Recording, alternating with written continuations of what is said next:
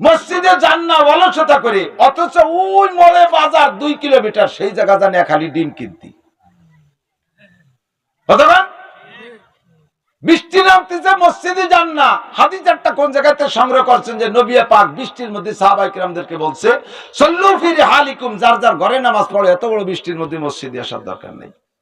তো মসজিদে যাইতে নিষেধ করলো, বৃষ্টির কারণে বাধায় মসজিদে গেলেন না। সেই বৃষ্টির মধ্যে বিলি কই মাছ উঠছে, সে সময় দিয়ে এবার এক করে নেয়াজ উচুরি কাছাই দিয়ে দৌড়ে চলে যান। বৃষ্টির মধ্যে মসজিদে যান না, হাদিস দেখা তো নবী কি কইছে যে বৃষ্টি নামলেও কই মাছ ধরা যাবে নামাজ না পড়িয়ে। বৃষ্টির মধ্যে যদি কোনো চেয়ারম্যান বলে যে এই জায়গায় আসলে পারা 5,000 করে টাকা দেবো, সব বুড়ো বুড়ো এক সাইডে কাছাই দিয়ে দৌড়বেন, তাতে অলসতা নাই। এক হালি ডিম বাড়ির কাছের দোকানে 2 টাকা বেশি চাইছে, বুড়ো খোলাতি খোলাতি ওই কি কয় জাঙ্গালে চলে গেছে, সে জায়গা 2 টাকা লাভে ডিম কিনে নিয়েছে। এক হালিতি এ জায়গা চাইছিল 40 টাকা, ওখানে যে পাইছে 38 টাকায়। খুশিতে বুড়ো বাঘ 2 টাকা জিতে আইছে, হালিতি 2 টাকা। আসার সময় ভ্যানে আইছে 30 টাকা দিয়ে, ওইতে চা নাস্তা খাইয়ে দিয়ে 50 টাকা খরচ, কিন্তু লাভ করছে 2 টাকা। এক হালি ডিমই 2 টাকা লাভ করছে, যাইতে আসতে ভ্যান আর নাস্তা দিয়ে 50 টাকা চলে গেছে, সে কথা হুশ নাই। লাভ যে 2 টাকা হয়েছে এটা ভালো বোঝে। মসজিদে যে নামাজ এক ওয়াক্ত জামাতে পড়লে এক ওয়াক্তের বিনিময় 527 ওয়াক্ত নামাজের সব অতিরিক্ত পাবেন। 527 ওয়াক্ত নামাজ প্রায় পাশাপাশি। আমি তো শুনি এই যে শুরুতে দুরূদ শরীফ পড়াই না, এই দুরূদ আমি খুব লক্ষ্য করে শুনি, অনেকের ডাই আমার কানে আসে। 99% পাবলিক আপনারা আপনাদের মাদ্রাসায় পড়ে যারা কোরআন শরীফ পড়া শেখেন নাই, আপনাদের সূরা ফাতিহা ভুল, আপনাদের আজান ভুল, আপনাদের ইকামত ভুল, আপনাদের আত্মায়াতু দোয়া দুরূদ ভুল। আসেন আমার একটু শুনান। আল্লাহুম্মা সাল্লি আলা মুহাম্মাদিন ওয়া আলা আলি মুহাম্মাদ কামা সাল্লাইতা, কাতে টান হবে না, আমি শুনি যে কামা সাল্লাইতা এরকম কয়, কামা সাল্লাইতা। এই কামা সাল্লাইতা কলি দুরূদের কোনো তরজমাই থাকলো না, বাতিল। আল্লাহু আকবার, আল্লাহু আকবার, আপনি কর আল্লাহু আকবার, আল্লাহু আকবার। আল্লাহ কয় যে কি কইছিস, কি একটু যা এক জায়গাতে শিখিয়ায়, সময় নাই, দান নিড়েতি আয়, দানের পয়সা আটকাতি আয়, আর যেটুক সময় পাই বিকেল বেলা একটু চাটা খাতি হয়। তুমি আল্লাহ বোঝো না? আল্লাহ রে বুঝাই দেয়। মহিলা তোমার কি হালাত? আল্লাহ এটা ইউটিউব টেলিভিশন কত তা আছে, একটু সময় তো যাই, তুমি তো বোঝো। আল্লাহকে খুব ভালো করে বুঝি, বুঝাবুঝি হবে, খালি আমার রেঞ্জের মধ্যে আয়, যাজরা করে ফেলাই দেবো, তবে কবরের মধ্যে ফেলাইয়া গুলি করিয়া। হ্যাঁ, ইন্না বাতশা রাব্বিকা লাশাদীদ, তোর রবের ধরা বড় কঠিন, যেদিন ধরবো সেদিন ছুটতে পারবি না, ফুর্তি আর খুশি সব শেষ করে ফেলাই দেবো। আজরাইল যখন এসে চোখের সামনে দাঁড়াবে রে বাপ, এই আজরাইল নাম শুনছি জীবন ভরে, মরা ছাড়া তো তার সাথে দেখা হয় না, আর যার সাথে একবার দেখা হয় তারে আজরাইল আর বাঁচায় রাখে না। আল্লাহ তাআলা আজরাইলকে ওই সময় দেখা দেয় যে সময় পরে তার টাইম শেষ। কতক্ষণ? বডিটা কত বড়, চেহারাটা এমন বিকট, আল্লাহু আকবার। সারা দুনিয়ার সমস্ত পানি আজরাইলের মাথায় ঢেলে দিলে পানি মাথার থেকে বাইয়ে চুলির আগা পর্যন্ত আসে না। এত বড় বডিওয়ালা একটা মানুষ, এত বডিওয়ালা বড় একটা মানুষটা একটা ফেরেশতা মানুষ। এই ফেরেশতাটা মুমিনের সামনে একটা নুরানি রূপ নিয়ে আসে, আর বেঈমান বেআমলদের সামনে এমন একটা চেহারা নিয়ে আসে, তার দাঁত, তার চোখ, তার হাতের নখ, তার চেহারা দেখলেই অজ্ঞান হয়ে যায়। দেখেন একটা মুরগিও জবই দিয়ে ছাড়ি দিলি খানিক লাফালাফি করে না? মরার সময় মুরগি লাফায় না? একটা গরু জবই দিয়ে দিলি, জবই দেওয়ার সাথে সাথে কি ঠান্ডা হয়ে যায়? ঠান্ডা হয়ে গেছে মনে করিয়ে তার পার খুর কাটতে যাই, তাই যে লাথি মারে, দাঁতে লাগলি গোষ্ঠী শুধু শীত, ঠিক না? তো গরু ডায়ও মরার আগে ছাটাছাটি করে, মুরগি ডাও ছাটাছাটি দাফাদাফি লাফালাফি করে, মানুষটা মরার সময় তো এরকম করে না। কেন করে না? 4 জন ফেরেশতা এসে এমন ভাবে টাইট করে বাঁধে ধরে যে তুই নড়ারও ক্ষমতা থাকবে না, জানটা বের করে নেবে, শুধু ঘুরাই ঘুরাই তাকাবি। সেই যে কষ্ট, এটা অনুভব করতে পারবেন না একমাত্র মরা ছাড়া। আমরা বলি কিভাবে? কোরআন হাদিসে যেভাবে পাই সেভাবেই আমরা ব্যক্ত করি। আজরাইল স্বয়ং আজরাইলকে আল্লাহ বলবেন আখেরি বার আজরাইল এবার তোমার জানটা তুমি দাও। আজরাইল বুকের পর একটা থাবা মেরে মুঠ করে টান দেবে, ওই সময় জানটা হাতের সাথে বেরোয় যাবে। ওই সময় আজরাইলের মনের অজান্তে জীবন জান বেরোনোর যে কষ্ট, এতে এমন একটা বিকট শব্দ একটা চিৎকার মারবে, যদি সারা দুনিয়ার সমস্ত ফেরেশতা এবং জিন এবং সমস্ত মখলুক বেঁচে থাকতো, আজরাইলের ওই বিকট শব্দে সব কলিজা ফেটে মারা যাইত। জানটা বেরোনো বিশাল কষ্টের ব্যাপার। আর এই সময় যদি মোমেন হন, ইমানদার হন, নামাজি হন, একেবারে আল্লাহওয়ালা মানুষ হন, এদিক তাকান, 5 ওয়াক্ত নামাজে যারা নিয়মিত মেসক করে অজু বানায়, নিয়মিত মেসক করে অজু বানায় যারা, তাদের মরণের সময় কলেমা নসিব হয়। জোরে কোন সুবহানাল্লাহ। 100% ওয়ারেন্টি আপনার পকেটে মেসক থাকবে, মেসক দিয়ে আপনি মেসক করে $2 দিয়ে মাত্র কুলি করে ওযু বানাবেন। নামাজের মর্যাদা বেড়ে যাবে 70 গুণ। এক ওয়াক্তে 70 ওয়াক্ত নামাজের সওয়াব পাবেন, জামাতে পড়ার কারণে 570 গুণ। তাহলে কি বলা হয় 527 গুণ। 527 আর 70 এই প্রায় 600 গুণ নামাজের বেশি সওয়াব পেয়ে যাবেন আপনি, শুধুমাত্র ওযু বানাইয়া মেসক করে ওযু বানাইয়া জামাতে নামাজ পড়লে। আরেকটা সুসংবাদ, বলেন আলহামদুলিল্লাহ। এবার আপনি ইমামের পিছনে নামাজ পড়বেন। কেন পড়বেন? আমরা হানাফি মাযহাবের মানুষ, আমাদের মাযহাবের মাসালা কি? মান কানা ফি সালাতি ইমামুল ফাকিরাতুল ইমামে লাহু কিরাতুন। যার নামাজে ইমাম আছে তার ইমামের কিরাতি কিরাত, তাইতে ইমাম জোরে পড়ুক আর আস্তে পড়ুক, মুসল্লিদের কিছু পড়া লাগবে না। তো আরে ভাই, ফরজ নামাজ যাতে ইমামের গাড়ি উঠিয়ে দিয়ে বাইসি গেলাম, কতক্ষণ ফরজ নামাজ যাতে এড়াই গেলাম। সুন্নত নামাজের ব্যাপার, সুন্নত নফল, সুন্নত নামাজ জাস্ট নফল। আর এটা নবী পাকের সাথে বুঝাবুঝি হবে। নবীও মানুষ, আমিও মানুষ, আমার অন্যান্য সুন্নত দেখে নবী হয়তো সে ত্রুটি মাফ করে দিতে পারে। বাকি আমার ফরজের জবাব দিতে হবে আল্লাহর কাছে, আর সেইটা আমি এড়াই গেলাম ইমামের পিছনে ইক্তেদা করে। কেন আপনি বাড়ি বসে বসে লকবর লকবর পড়বেন, আর দানের ক্ষেত্রে বসে গামছা বিছিয়ে নামাজ পড়বেন, আর ওই দোকানে বসে নামাজ পড়বেন, ব্যবসা বাণিজ্যের কাজ কামের ফিকির দেখাইয়া, এটা আপনারই লস, এটা আপনারই লস। আসবেন জামাতে নামাজ পড়বেন, রমজান মাসের রোজা রাখবো না ইনশাআল্লাহ? রোজা রাখার নিয়ত আছে না? তারাবিবার পড়বেন তো ঠিক মতো ইনশাআল্লাহ? 2টা রমজান চলে গেছে, আমরা নিয়মতান্ত্রিক তারাবি পড়তে পারি না। এক জুজুবুড়ির ভয় দিয়ে সারা দুনিয়ারে নষ্ট করে দিয়েছে, তারাবির নামাজ পড়তে দেয়নি, ঈদের নামাজ পড়তে দেয়নি। আল্লাহ যেন এবার হেফাজত করে, আমরা জামাতের সাথে তারাবির নামাজ পড়তে পারি। কয় রাকাত? প্রত্যেকদিন কয় রাকাত?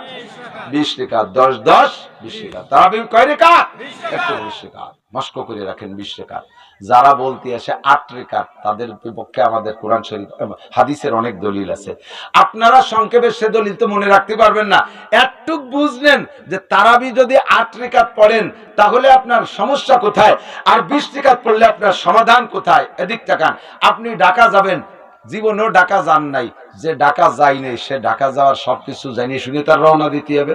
ভালো অভিজ্ঞ যারা রেগুলার ঢাকা যায় তাদের কাছে জিজ্ঞেস করছেন, চেয়ারম্যানও ঢাকা যায়, মেম্বারও ঢাকা যায়, আমিও ঢাকা যাই, একজন কৃষকও ঢাকা যায়, একজন মহিলাও ঢাকা যায়। সবাই ঢাকা যাওয়ার খরচ কিন্তু একরকম না। কতক্ষণ?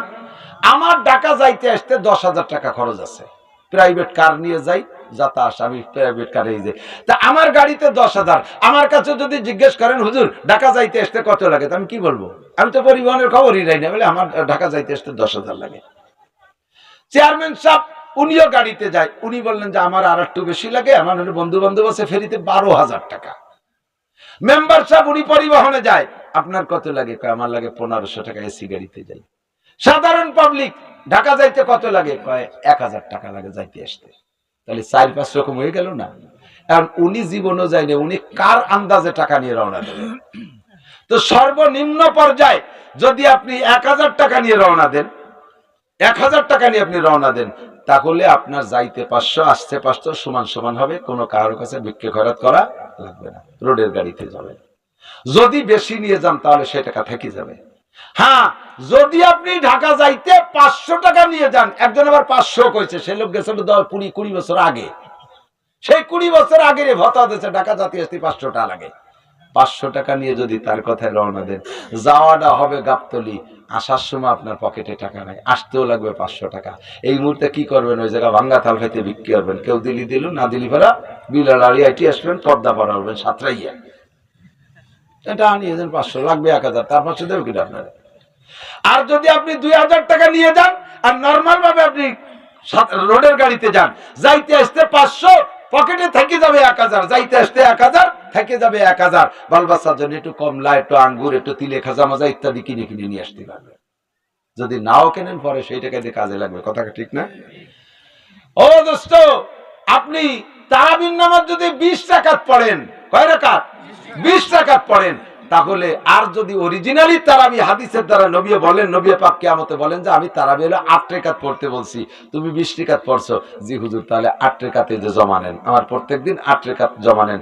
তা 8 রাকাত তারাবির খাতে জমা দেওয়ার পরে আপনার থেকে যাবে কয় রাকাত? ডেলি 12 রাকাত। অন্য কাজে লাগাতে পারবেন। কয় যে এই নামাজকে অন্য কাজে লাগানো যাবে? হ্যাঁ, সহিহ হাদিস। হাদিসে আসছে আল্লাহ নবী বলেন কিয়ামতে সর্বপ্রথম মুসলমানের নামাজ ফরজ নামাজের হিসাব হবে। যদি ফরজ নামাজ পুড়িয়ে যায় তো ভালো, যদি ফরজ নামাজে ঘাটতি থাকে তাহলে সুন্নত আর নফল নামাজ দিয়ে সেই ঘাটতি পূরণ করে দেওয়া হবে। তাহলে 12 রাকাত আপনার ফান্ডে অতিরিক্ত থাকলে, তাই যে ফরজ নামাজ জীবনে গ্যাপ আছে না নাই? কতক্ষণ আছে না? সেটি আপনি পুরো হইতে পারবেন। এখন যদি তারাবির নামাজ 20 রাকাতই হয়, এলো 8 রাকাত অরিজিনাল হলে আমরা পড়ছি 20 রাকাত, 12 রাকাত আমরা অন্য কাজে লাগাইতে পারলাম। আর অরিজিনালি যদি তারাবির নামাজ 20 রাকাত হয় আর তুমি জীবন ভরে পড়ছো 8 রাকাত, এই 12 রাকাত কি দিয়ে পুরোবি? ও জায়গা ভিক্ষে চাইলে আব্বায়ও দেবে না। কোরআন শরীফে আছে ইয়াউমা ইয়াফিরুল মারউ মিন আখিহি ওয়া উম্মিহি ওয়া সাহিবাতিহি ওয়া বানি। হাসরের মাঠে কেউ কারো পরিচয় দেবে না। আব্বা তোমারে বলবে তুই আমার ছেলে না, মাও বলবে তুমি আমার ছেলে না, সন্তানে বলবে তুমি আমার আব্বা না, স্ত্রী বলবে তুমি আমার স্বামী না। কেউ কারো পরিচয় দিয়ে ও জায়গা ওই গর্ত গ্যাপ বদ্ধ করে দেবে না কেউ। কু আনফুসাকুম, যার যার চিন্তা তার তার। রব্বি হাবলি উম্মতি, এই কথা বলবে শুধু নবী, আর সবাই বলবে ইয়া নাফসি ইয়া নাফসি। যার যার চিন্তায় সেই ব্যস্ত থাকবে। কাজেই বন্ধু, আপনি কম পড়বেন না, আমল ঠিক রাখবেন। শবে বরাতে একদল বলবে শবে বরাত বলতে কিছু নাই, শবে বরাত বলতে রুটি নাই আর হালুয়া নাই, গোস্ত নাই আর পোল্ট্রি নাই, এইগুলো শবে বরাতে নাই। কুমু লাইলাহা সুমু ইয়াওমাহা, রাত্রে জাগে ইবাদত করো, দিনের বেলা রোজা রাখো, হাদিসের মধ্যে আছে। কাজেই শবে বরাতে ইবাদত আছে, হাদিসের মধ্যে আছে। আল্লাহ পাক শেষ আসমানে চলে আসে, আল্লাহর রহমত আখিরি আসমানে পাঠাইয়া দেয়। আর আল্লাহ পাক বান্দাকে ডেকে ডেকে বলে আলা মুস্তাগফিরিন ফাগফির আলা, আলা মুস্তারজিকিন ফারজুকা, আলা মুস্তাশিন ফাওয়াফিয়া। কে আছো গুনাহগার, চলে আসো মাফ করে দেব। কে আছো অসুস্থ, চলে আসো তারে সুস্থ করে দেব। কে আছো অভাবী, সে চলে আসো তার রিজিকের ব্যবস্থা করে দেব। আলা কাজা আলা কাজা, এইরকম ফজর পর্যন্ত ডাকতে থাকে শবে বরাত আর শবে কদরে। কাজেই শবে বরাতে ইবাদত করব। যদি অরিজিনালি শবে বরাতে ইবাদত না থাকে তাহলে আমার ইবাদত করা থাকলে অন্য কাজে লাগাবো। আর যদি ইবাদত থাকিয়েই যায় আর আমি যদি ইবাদত না করি তাহলে জবাব দিতে পাইব কোন জায়গায়? তবে হালুয়া, রুটি, পোল্ট্রি, গরু এইগুলো জায়েজ নেই। এই রাত হলো না খাওয়ার দিন, হলো না খাওয়ার দিন, আর রাত হলো কান্নাকাটির দিন। রাতভর কাঁদবেন, দোয়া করবেন আল্লাহর কাছে, আর দিনভর নাকে রোজা রাখবেন। ইফতারির সময় আপনাকে আল্লাহ পাক যা চাইছেন সব দিয়ে দেবে। আর এরপরে রমজান মাস সব ইবাদত সহ করব, সাধ্য অনুযায়ী যে যাকে পারবো একে অপরকে ইফতার করানোর চেষ্টা করবো। পারবো না ইনশাআল্লাহ? এলো সুসংবাদ গেল। এবার নাজির কি? আল্লাহ পাক রব্বুল আলামিন বলেন দোস্ত, একটা ভয় তুমি দেখায় দাও উম্মতকে, সেটা হলো আল্লাহ পাক বলেন ইন্নাল মুনাফিকিনা ফিদ দারকিল আসফালি মিনান নার। নবী একবার সাহাবায়ে কেরামদেরকে নিয়ে বৈশা কথা বলতেছে, এর মধ্যে অপরিচিত একটা শব্দ মাটির নিচ থেকে বের হয়ে আসছে। অপরিচিত শব্দ মানে টিনে টিনে বাড়ি দিলি কেমন শব্দ হয় আমাকে জানা আছে না? কাঠে কাঠে বাড়ি দিলি কেমন শব্দ হয়? দুটি হাতে হাতে বাড়ি দিলি কেমন শব্দ হয়? এটা আমাদের জানা আছে। একটা গামছা ঝাড়া দিলে কাপড়ের বাড়িতে কেমন শব্দ হয়? এই জাতীয় কোনো শব্দ না, নিচ থেকে একটা শব্দ আসছে, যেই শব্দটা সারা দুনিয়ার মানুষে সেদিন অনুভব করেছিল। এই শব্দটা ঘটছে ওই দিন। সবাই আতঙ্কিত। মদিনার চতুর্দিক দিয়ে হুজুরের কাছে লোক চলে আসতেছে। হুজুর ও জিম ধরে গেছেন। হুজুর সাহাবায়ে কেরামদের বলে সামিউতুম সাউতান, একটা শব্দ শুনেছ? জি হুজুর শুনেছি। আমা সামিউতা, আপনি শুনেছেন? আমিও শুনেছি। সাহাবায়ে কেরাম আইয়ু সাউতিন হাযিহি, শব্দটা কিসের শব্দ? হুজুর বললেন আল্লাহ তাআলা যেদিন জাহান্নামকে কমপ্লিট করেছে বানাইয়া, সেই দিন জাহান্নামের উপর থেকে একটা পাথর ছেড়ে দিয়েছে ওর নিচের দিক যাইতে। সেই দিন থেকে পড়তে পড়তে আজকে মাত্র এই মুহূর্তে পাথরটা তার নিম্ন তলদেশে গিয়ে পৌঁছলো। সাহাবায়ে কেরাম বললেন হুজুর পাথরটা কতটুকু ওজন, কেমন? হুজুর বললেন পাথরটা এতটুকু ওজন যে পাথর যদি দুনিয়ার উপরে রাখা হইতো আর সমস্ত মখলুক মানুষ ও জিন সহ সমস্ত প্রাণীর সাথে সহযোগিতা করিয়া উঁচা করতে চেষ্টা করলে 1 আঙ্গুলের বেশি উঁচা করতে পারতো না। এত বড় ওজনওয়ালা পাথর রে জাহান্নামের উপর থেকে ছেড়ে দিয়েছে, আর এই লক্ষ লক্ষ বছর পরে আজকে আইসা নিচেই পড়লো। তাহলে জাহান্নাম কত গভীর! আমাদের এই বাড়ির পাশের পুকুরের সমান, ইন্দারার সমান, আমাদের আটলান্টিক মহাসাগরের সমান, কত গভীর। সাহাবায়ে কেরাম বললেন, হুজুর এই পুরো জাহান্নামই তো মানুষ দিয়ে ভরা থাকবে, তো নিচেই কারা থাকবে? যারা উপরে থাকবে তারা নবীদের নজরে পড়বে, সুপারিশ করে নিয়ে যাবে। সাহাবায়ে কিরামদের নজরে পড়বে, সুপারিশ করে উঠে নিয়ে যাবে। আব্দুল কাদের জিলানীর নজরে পড়বে, সুপারিশ করে উঠে নিয়ে যাবে। সদর সাহেবের নজরে পড়বে, সুপারিশ করে নিয়ে যাবে। যারা উপরে উপরে চোখে পড়বে, এই নিচে যারা পড়ে থাকবে তাদেরকে তো কেউ দেখবে না। কতক্ষণ আপনারা আমরা মাঝে মাঝে জেল খাটা মানুষ আছেন না, 2-6 মাস আজত টাজত খাটছেন, ফিরে আবার বার হয়ে আইছেন না, নিজ যোগ্যতা বেরোয় নাই, বাইরে আপনাদের আপনজনরা আছে, সুপারিশ করে টরে বের করছে। প্রত্যেকে যারা গেছেন জেলখানা আমার একটা সাক্ষী দেন, প্রত্যেকটা জেলখানায় এমন কিছু কয়েদি পড়ে আছে যাদের পক্ষে সুপারিশ করার মতো কেউ নেই। যারা এই জেলখানায় আছে যে এটা তাদের কোনো আপনজনরা জানে না, হয়তো মরে গেছে বলে মনে করে চুপ করে রয়েছে। ওই ঢাকার থেকে এক গাঁজাখোর ধরা পড়ছে, তারা সেই জায়গাতে চালান দিয়ে গোপালগঞ্জের জেলখানায় দিয়ে দিয়েছে। তার গার্জিয়ানরা কোনোদিনও জানে না, তাদের কোনো ডাটা সংগ্রহ করতে পারে নাই, আজীবন জেলখানার মধ্যে পড়ে থাকে, ওদের সুপারিশ করার কেউ নেই। তো জাহান্নামের মধ্যে নিচে এক শ্রেণী মানুষ পড়ে থাকবে, হুজুর এদেরকে তো কেউ খবর নেবে না, অর্থাৎ কত নিচে এরা কারা? হুজুর বললেন, ইন্নাল মুনাফিকিনা ফিদ দারকিল আসফালি মিনান নার। কোরআন শরীফের আয়াত। মুনাফিক যারা তারা থাকবে ওই নিচেই পড়া, যারা মুনাফিক তারা নিচেই পড়ে থাকবে, কাফের থাকবে মাঝে, ইমানদার মুসলমান যারা গুনাহ করছে গুনার কারণে তারাও পড়বে জাহান্নামে, তবে তারা থাকবে উপরে উপরে। ভালো মানুষের নজরে পড়বে, সুপারিশ করে বের করে নেবে। আলেম উলামার সাথে সম্পর্ক রাখছো, সুপারিশ করে বের করে নেবে। একজন আলেম, একজন দিনদার মানুষ, জান্নাতি মানুষ, তারে দুনিয়া গিলাস পানি খাওয়াইছো, সেইটা দোহাই দিয়ে তুমি তার কাছে সুপারিশ চাইবা, সে তোমারে সুপারিশ করে নিয়ে যাবে। মিষ্টি ভাষায় কথা বলছো, ভদ্রতার সাথে আচরণ করেছো, হযরত মাওলানা আব্দুর রাজ্জাক সাহেবের সাথে, মাওলানা নিজামুদ্দিন সাহেবের সাথে, কাশিয়ারি হুজুরের সাথে, চন্দ্রদিগের মোহতাম সাহেবের সাথে, এই সমস্ত ভালো মানুষ যদি জান্নাতি হয় তোমারে সুপারিশ করে নিয়ে যাবে। কিন্তু তলে পড়ে থাকবে যারা, তারা হলো মুনাফিক। কাফেরও না মুমিনও না, ওরা মুনাফিক। মুনাফিক কাকে বলে? এবার সাহাবায়ে কিরাম বলেন, ওগো নবী এই মুনাফিক কারা একটু চিনাই দেন, আমরা আবার মুনাফিক হয়ে গেলাম নাকি? আল্লাহর নবী বলেন, আয়াতুল মুনাফিকা সালাসা, মুনাফিকের আলামত 3টা। মস্ক করেন কয়টা? 3টা। 1 নম্বরে ইজা হাদ্দাসা কাযাবা, কথা কইলে কথার ফাঁকে ফাঁকে মিথ্যে কথা কয়। সমাজে অনেক মানুষ এরকম প্রসিদ্ধ আছে যে 100টাই মিথ্যে কথা কয়, ফাঁকে যদি কোনোদিন সত্যি কথা একটা কয় তা ওই মিথ্যের দাপটে তাকে বিশ্বাস করে না। আছে না নাই? মিথ্যে কথাই তাদের আত্মরক্ষা হাতিয়ার। মিথ্যে কথা বলা এটা মুনাফিকের আলামত। ইজা হাদ্দাসা কাযাবা। 2 নম্বরে ওয়াইদা ওয়াদা আখলাফা, ওয়াদা করে খিলাফ করে, ওয়াদা করে খিলাফ করে। টাকা নেছে শুক্রবারে দেবে, বছরের মধ্যে শুক্রবার আসে না, দোকানেতে বাকি খাইছে আর ফিরে সামনে বাজারে আইছে দেবে, এবার বাজার পাল্টাই অন্য বাজারে বাজার করে। লেনদেনে মিথ্যে কথা কয়, ওয়াদা খিলাফ করে, যে কোনো কারণে ওয়াদা খেলাপ করে। এই ওয়াদা খেলাপকারী মুনাফিক, এইটা জাহান্নামের তলদেশে থাকবে। 3 নম্বরে ওয়াইজা তুমিনা খান, যার কাছে আমানত রাখা হয় আমানত খেয়ানত করে। মেম্বারের কাছে ওয়ার্ডের আমানত খেয়ানত করে, গরিবরে যথাযথ দেয় না। চেয়ারম্যানের কাছে ইউনিয়নের আমানত, এমপি সাহেবের কাছে সিটের আমানত, মন্ত্রী সাহেবের কাছে মন্ত্রণালয়ের আমানত, এই প্রধান শিক্ষকের কাছে পুরো স্কুলের আমানত, প্রধান শিক্ষকের কাছে মাদ্রাসার আমানত, মসজিদের কেশিয়ারের কাছে মসজিদের আমানত। এই আমানতের সাথে যারা খেয়ানত করে এই মানুষগুলো হলো মুনাফিকের 3 নম্বর। এরাও জাহান্নামের তলদেশে পইড়া থাকবে।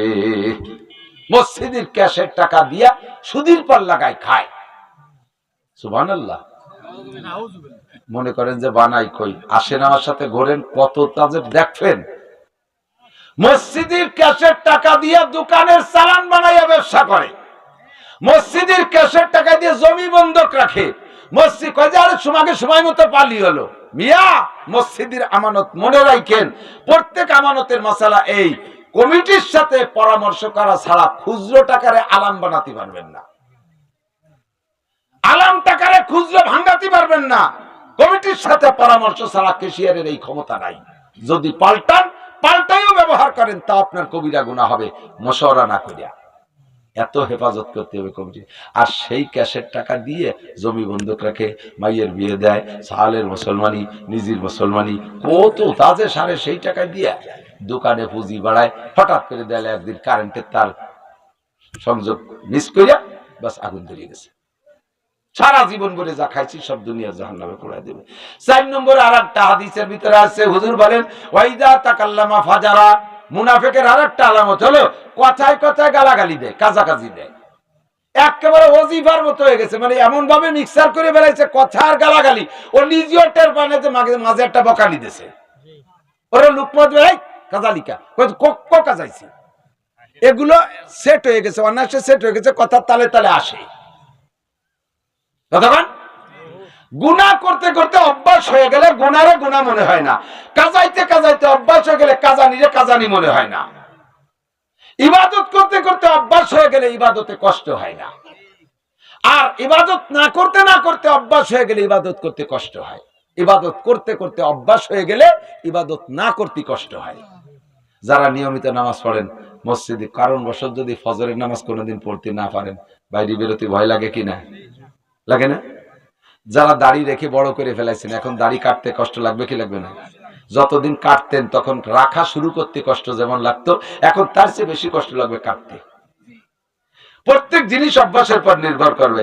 ইবাদত করতে করতে অভ্যাস হয়ে গেলে আর ইবাদতে কষ্ট হয় না, খালি মজা আর মজা। গুনাহ করতে করতে অভ্যাস হয়ে গেলে গুনাহ ছাড়তে বোঝা যায় না, গুনারে গুনাহ মনে হয় না, তখন গুনাহ ছাড়তে কষ্ট লাগে। বেপর্দা করতে করতে অভ্যাস হয়ে গেলে মহিলাদের পর্দা করতে কষ্ট হয়, আর পর্দা করতে করতে অভ্যাস হয়ে গেলে বেপর্দা করা সম্ভব হয় না। একজন পর্দানশীল মেয়েকে পুরুষের মধ্যে ডাকবেন, মরে জাতি রাজি তো বুঝাইতে রাজি না। একজন খাস পর্দানশীল মহিলা গর্ভবতী হইলে সে যে কি কান্নাকাটি করে, আল্লাহ আমার যেন সিজারে যাইয়া পর পুরুষ ডাক্তারদের সামনে আমার ইজ্জত খুলে দিয়ে না লাগে। আবার বহুত মহিলা আছে বাচ্চা পেটে আসার আগের থেকে, আসার সাথে সাথে পয়সা গুছায়, স্বামীর রেড সিগন্যাল দিয়ে দেয়, আমি কিন্তু সিজার করে বের করবা, আমি অন্য কষ্ট করতে পারবো না। তো সিজার করতে দেবে কে? সিজার কি তো স্বামী নিজেই করে নাকি? কাশি দিয়ে ভেড়িয়ে দিলি হবে না? ধান কাটা কাশি দিয়ে সে ফোঁস দিয়ে ভেড়িয়ে বেরিয়ে ফেললি হবে। দিবি কার কাছে? যে বিটার সাথে তোর দেখা দিয়ে যায় নেই, সেই বিটার সামনে ইজ্জত খুলে দিবি। সিজারের এত লোভ কেন? সিজার করা বাচ্চা বেশিরভাগ ইমানদার কম হয়, বেশিরভাগ ছেলে মেয়ে সিজার করা বাচ্চা নষ্ট হয়ে যাচ্ছে। এই সিজারে বেরোনো শুরু হয়েছে কারণ বেপরদার সাথে আজানি কাবুত ছাড়া সেনতে পয়দা আছে, তা ভালো হবে কি? আর ঘরের ভিতরে পর্দার সাথে যদি বের হয় বাচ্চা, ডেলিভারি হয়, ওর কানে আজানি কামত সম্ভব হয় দেওয়া, বাড়ি রয়েছে আজানি কামত লোক আছে। আল্লাহর রহমতে বাচ্চাগুলো ভালো হয়, ভদ্র হয়, দিনদার হয়, এরা ওয়াজ করলেও শোনে, এরা লাইন মতো থাকে। আর বহুত মহিলা আছে যে তারা সিজারের জন্য আগের থেকে রেডি হয়ে থাকে, স্বামীরে বলে রেখে, দেখো গরু বেচো, ছাগল বেচো, তোমার কোনো জায়গায় নিজেরে বন্ধক থাক, যেভাবে হোক পয়সা করে গুছাই দেবে, আমি কিন্তু ওই কষ্ট হতে পারবো, সিজার করে বের করে নিয়ে এসো। বেপর্দার অভ্যাস হয়ে গেলে পর্দা করতে কষ্ট হয়, পর্দার অভ্যাস হয়ে গেলে বেপর্দা করতে কষ্ট হয়। ঠিক কি ঠিক না? তো সৎ কাজের আদেশ আর অসৎ কাজের নিষেধ একটু মস্ক করেন। আমাদের দায়িত্ব সৎ কাজের আদেশ আর অসৎ কাজের নিষেধ। ওয়াজের সারাংশ, খোলাসা, শেষ ফিনিশিং এই দুইটাই, সৎ কাজের আদেশ আর অসৎ কাজের নিষেধ। যত কথা আছে দুনিয়ায় সব কথাই দুই ভাগে বিভক্ত, যত ওয়াজ আছে সব ওয়াজ এই দুই ভাগে বিভক্ত, সৎ কাজের আদেশ আর অসৎ কাজের নিষেধ। বক্তারা আত্মসমালোচনা, আমাদের চরিত্রের সমালোচনা করবে, আর আমাদের করণীয় কি এই কথাগুলো বুঝবে, এর নাম হলো ওয়াজ।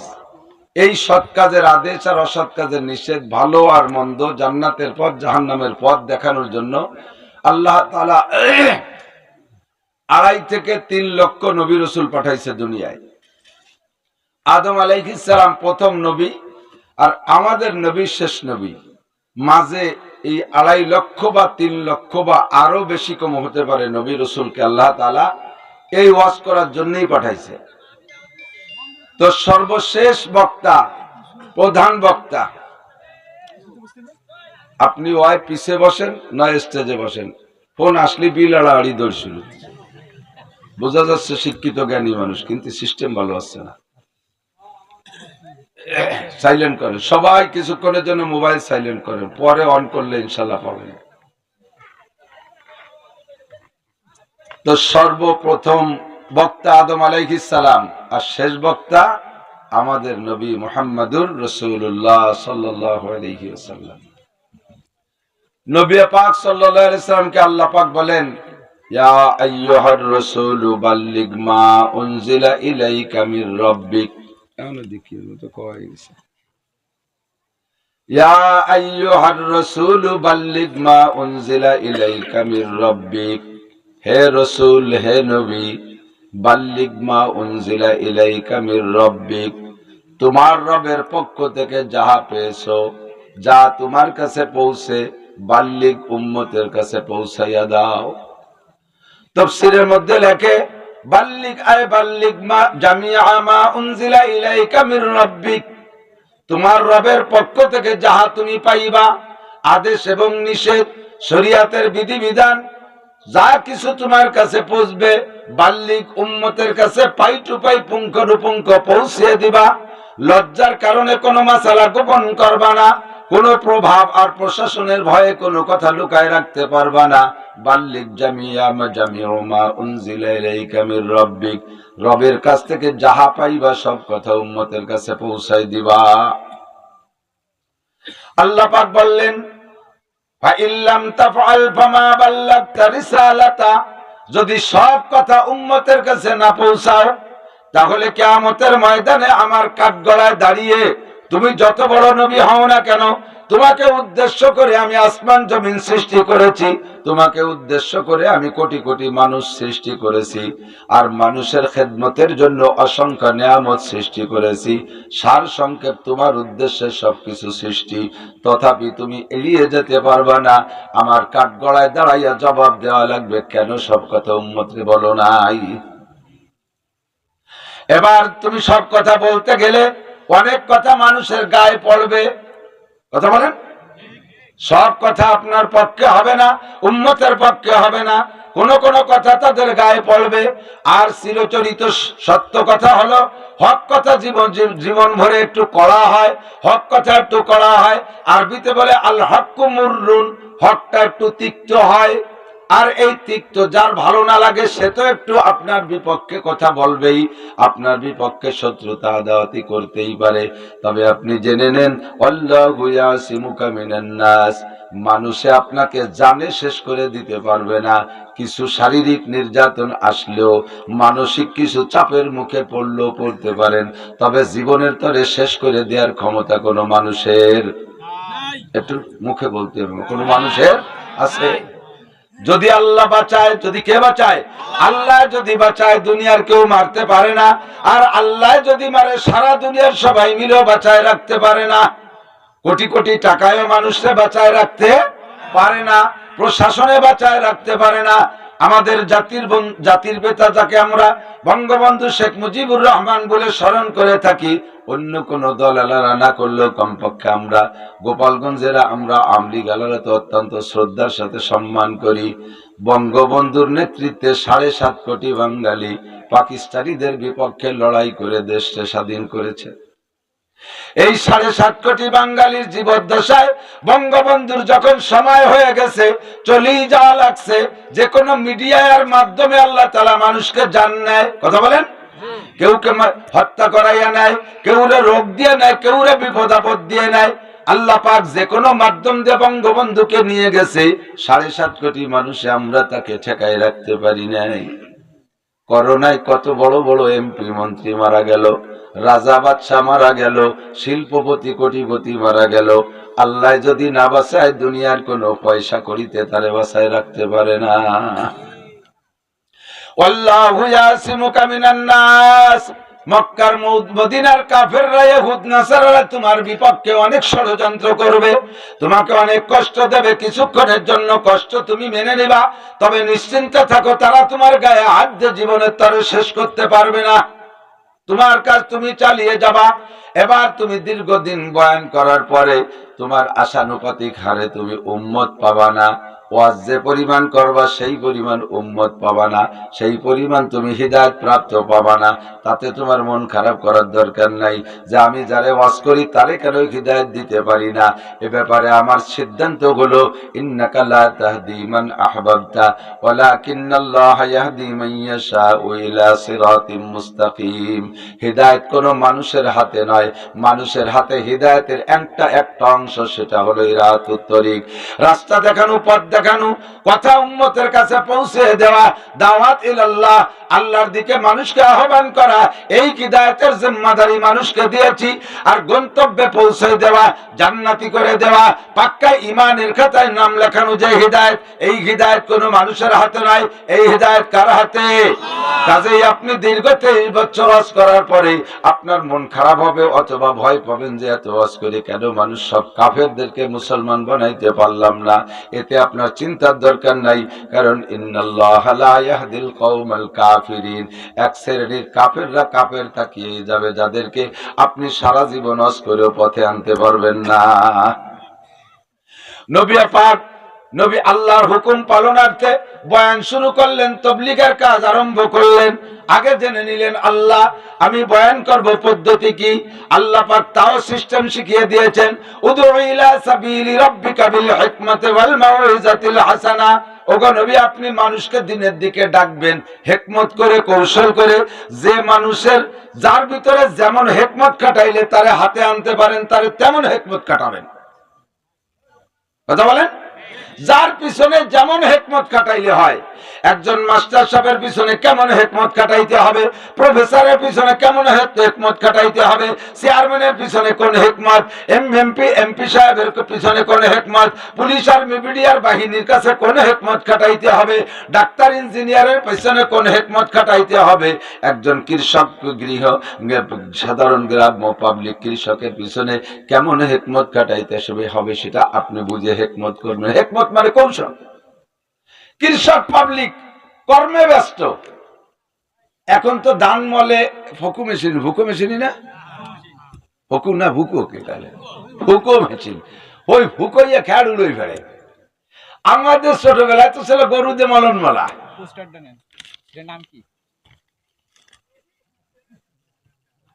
নাসির উদ্দিন সাহেব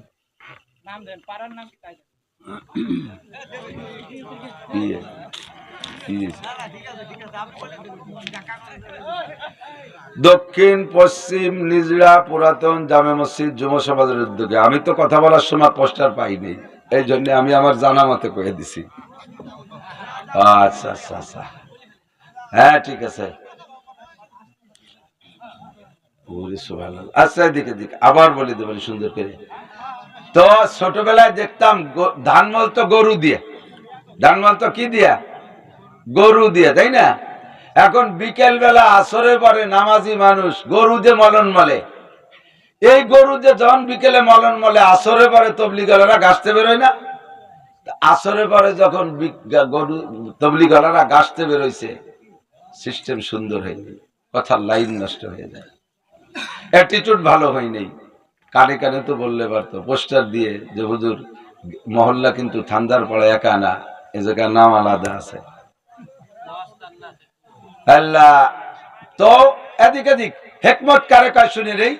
তা বিকেল বেলা তবলিগলারা গাছতে গেছেন, এখন ওই লোক তো মলন মলতেছে, সন্ধ্যার আগে তার মলন শেষ করতে হবে, আকাশে মেঘ।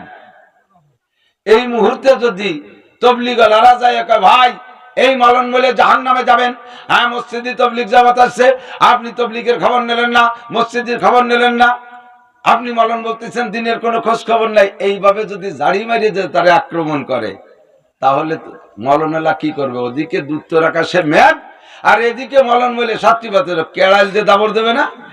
বেটা বাড়ি কাম নাই কাজ নাই, মসজিদে বসে পিকনিক খাইয়ে খাইয়ে তবলিগ করে বেড়াও, মলন থাকলে আর এই পিড়িত আসতো না, ঠিক না? ও জায়গা তারে তবলিগে নেওয়ার জন্য সিস্টেম কি? যাই তবলিগলারা কাজ করবে, হিকমত খাটাইবে। একজন যে বলবে ভাই আপনার কেড়াইলটা আমার কাছে দেন, লাঠিটা আমার কাছে দেন, আমি মলনটা ঘুরে আপনার মলনের কাজ করি। ওই জায়গা তবলিগের ভাইরা আছে, আপনি একটু তাদের সাথে 2 মিনিট কথা বলে আসেন। কতক্ষণ? তখন লোকটা দেখবে আমি 3টে থেকে মলন শুরু করছি, কিছুক্ষণের জন্য একটু বিরতি আর বিরামও পাইলাম, সাথে দিনেরও কাজ হইল। ঠিক আছে ভাই, আমার লাঠি নেন। ওনারে যে মলনে লাগাই দিয়া এবার তবলিগওয়ালাদের সাথে কথা শুরু করছে। তবলিগওয়ালারা তাদের মিষ্টি মিষ্টি ভাষায় নুরানি কায়দায় বয়ান শুরু করে দিয়েছে। এখন উনি দেখতেছে যে আমার মলনও ঘোরে, আবার ওনার হাতের চাইতে ওই লোকের হাতে মলন বেশি ভালো ঘোরে। কারণ নতুন মানুষ দেখে গরুতে ভয়তে খালি বেল বেল করে দৌড়ায়, আর উনারে দেখতে দেখতে তো পুরনো হয়ে গেছে। উনারে যে ভয় পায় না, নতুন মানুষ দেখে গরুতে ভান ভান করে ঘোরে। উনি দেখলো যে আমার মলনও ভালো করতেছে, আবার এ জায়গায় ইনাদের সামনে দাঁড়ায় থাকলে কথাও শুনতে পারতেছি। কয় ভাই আপনি গুরুতি থাকেন, আমি ইনাদের সাথে একটু কথাই কই। এখন কয় ভাই আপনি দিনের জন্য যাইতে কি রাজি আছেন? আপনি দিনের জন্য যাইতে রাজি আছেন? হ্যাঁ দিনের জন্য যাইতে রাজি আছি। এমন ভাবে বয়ান করছে, একদিকে কাজ চলে আর একদিকে দিন চলে। এই লোকটার কিছুক্ষণ ওখানে দাঁড়িয়ে আর বয়ান শুনতে কোনো সমস্যা নাই। কিন্তু প্রথম ধাক্কা যদি যে বলতো মসজিদে তবলিগ জামাত আসছে তোমার বাড়ির দাঁড়িয়ে করে, আর তুমি মলনে করো, আল্লাহ তোমারে জাহান্নামে দেবে, তখন কিন্তু ওর সেন্টিমেন্ট নষ্ট হয়ে যাবে, কেড়াইল দিয়ে দাবল শুরু করবে। ঠিক না? এর নাম হলো হিকমত। যে যেমন মানুষ তার সাথে তেমন হিকমত খাটাও। উদু ইলা সাবিলি রাব্বিকা বিল হিকমাতি ওয়াল মাউইজাতিল হাসানা। আল্লাহ বলেন মানুষকে দিনের দিকে ডাকো, হিকমত করে, কৌশল করে। বুড়োদেরকে বুড়োর ওয়াজ দাও, যুবকদেরকে যুবকের ওয়াজ দাও। কান্নার সময় কান্নাকাটি করো। হাসি আনন্দের মাধ্যমে যদি তুমি দিনের দিকে ডাকতে পারো তাহলে সেটাও তুমি করতে পারো। ডাইরেক্ট কোরআনের বয়ান দিয়ে পারো, আবার মাঝে মাঝে যুক্তি মিসাল উদাহরণ দিয়ে ডাকতে পারো। যে কোনো ভাবে মিষ্টি মিষ্টি ওয়াজ দিয়ে মানুষকে দিনের দিকে ডাকো। উদু ইলা সাবিলি রাব্বিকা বিল হিকমাতি ওয়াল মাউইজাতিল হাসানা। এবার নবী পাক আল্লাহর কাছে বললেন, জি আল্লাহ, তাহলে আমার সাবজেক্ট কি, আমি কি কি বলবো? আল্লাহ পাক নবীকে বললেন, ইয়া আইয়ুহান নাবিয়্যু ইন্না আরসালনাকা শাহিদাও ওয়া মুবাশশিরাও ওয়া নাযীরা। হে নবী, তোমাকে আমি পাঠিয়েছি যত কাজের দায়িত্ব দিয়ে, তার মধ্যে মাথায় 3টে তুমি শুনে নাও। 1 নম্বরে তুমি নবী, তোমারে পাঠাইছি শাহেদ, উম্মতের পক্ষে কিয়ামতের ময়দানে তুমি সাক্ষী দিবা। তুমি যেমন সাক্ষ্য দিবা বিচার সেরকম হবে। তুমি যার পক্ষে বলবা আমি তার পক্ষে কাজ করব, তুমি যার বিপক্ষে বলবা আমি তার বিপক্ষে কাজ করব। তুমি হলে সাক্ষী। দুনিয়ার বিচার পদ্ধতিও যেমন, যদি জজ সাহেবের সামনে যদি স্পটে ঘটনা ঘটে, তবুও জজ সাহেব নিজের দেখা অনুযায়ী কিন্তু ফয়সালা করে না। কতক্ষণ জজের সামনে মারামারি হয়েছে আর সেই কেসি জজের কাছে গেছে, জজ কি ওই কথা শুনেই রাইতে দেবে? বলে বিটা আর কোনো সাক্ষী লাগবে না, আমি নিজে দেখছি। জজের নিজের দেখা অনুযায়ী বিচার করে না। ও জায়গা 2 দলের উকিল থাকে, দীর্ঘদিন কেসটা চলে, জেরা হয়, তারপরে সাক্ষী গ্রহণ করে। উকিলরা যেভাবে বুঝাই দিতে পারে, সাক্ষী যেভাবে স্টেটমেন্ট দিতে পারে, সেইটা শুনে জজ সব বিচার করে। তাতে দেখা যায় যে জজ নিজেও অনেক সময় মুস্কি মুস্কি হাসে। আমি দেখলাম যে কবজে 2 ভাগ করে ফেললার, উকিল বুঝাই দিল যে মারি নেই, সাক্ষীও দিল তাই। যদি বিপক্ষের উকিল ভালো কথা বলতে পারে তাহলে দেখা যায় যে ফাঁসির আসামিও খালাস হয়ে যায়। ঠিক না? নবী আল দুনিয়ার বিচার পদ্ধতিও যেমন, বিচারক নিজে দেখা অনুযায়ী বিচার করে না, যেভাবে উকিলরা সাক্ষীরা বলে দেয় ওইভাবে বিচার করে। আমি তো সারা দুনিয়ার সব জায়গা দেখি, আমার ড্রোন সব জায়গা ঘোরে, আল্লাহর কুদরতি ড্রোন নজর, তাই না? ড্রোন ক্যামেরা চলছে না বর্তমানে? আমার কুদরতি ড্রোন ক্যামেরা সব জায়গা আছে। ওই ধান ক্ষেতের মধ্যে বসে যারা গাঁজা খাও, ঘেরের পাড়ে বসে যারা ইয়াবা খাও, ফেন্সিডিল খাও, ও জায়গা আল্লাহ দেখে কি দেখে না? ও জায়গা আল্লাহর ড্রোন ক্যামেরা আছে। সাথে সাথে আল্লাহ তাআলা পার্সোনাল ক্যামেরাও তৈরি করে রাখছে, কিরামান কাতিবিনা ইয়ালামুনা মা তাফআলুন। আল্লাহ তোমাদের সব আমি দেখি, কিন্তু আমি আমার দেখা অনুযায়ী বিচার করব না। বিচার হবে তোমার সাক্ষী অনুযায়ী। তোমার সত্য সাক্ষ্যদাতা হিসেবে পাঠিয়েছি। ও মুবাশশির, আর একটা গুণ তোমার, তোমাকে পাঠাইছি উম্মতকে সুসংবাদ দিবা। কি সংবাদ? আর একটা তোমার দায়িত্ব দিলাম, ওয়ানাদিরা, একটা খালি সুসংবাদই দিবা না, ভয়ও একটু দেখাবা। যদি খালি সুসংবাদই দাও তাহলে উম্মত অলস হয়ে যাবে। 1 রাত ইবাদত করলে, এদিক তাকান, এক রাত ইবাদত করলে লাইলাতুল কদর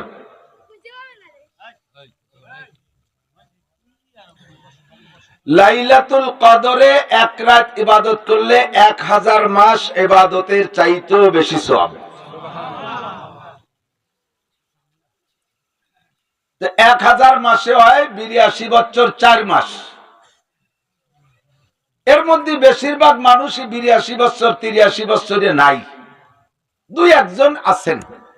আর অধিকাংশ মানুষই তার আগে মারা যায়। তার ভিতরে আবার 15 বছর শুরু দিয়া নাবালেগ কালে কাটিয়ে গেছে, ওইটা ইবাদতের মধ্যে ধরে না। তাহলে যদি 82 বছর পাই হায়াত, তার থেকে 15 বছর বাদ দিলি থাকে 73 বছর।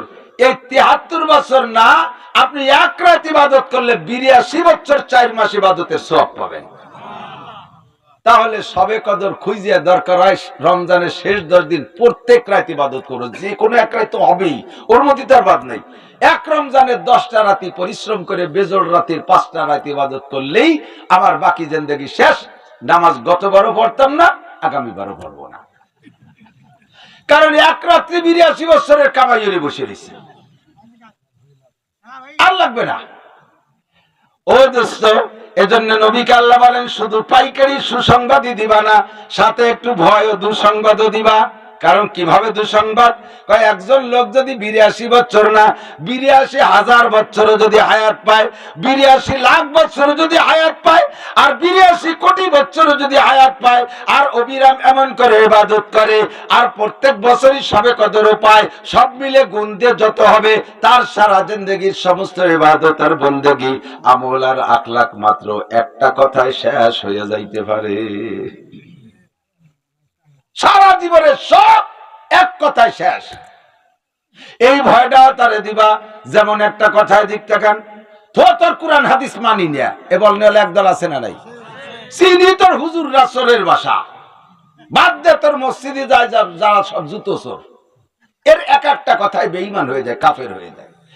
1 কোটি বছর ইবাদত করলে তোমার এক কথায় সারা জীবনের ইবাদত শেষ। আমি মাঝে মাঝে উদাহরণে বলে থাকি, একজন মানুষের বেঁচে থাকতে অনেক খাবার লাগে, অনেক খাবার লাগে না? অনেক 1 কেজি চালের ভাতও খাইতে পারে। কত খায়?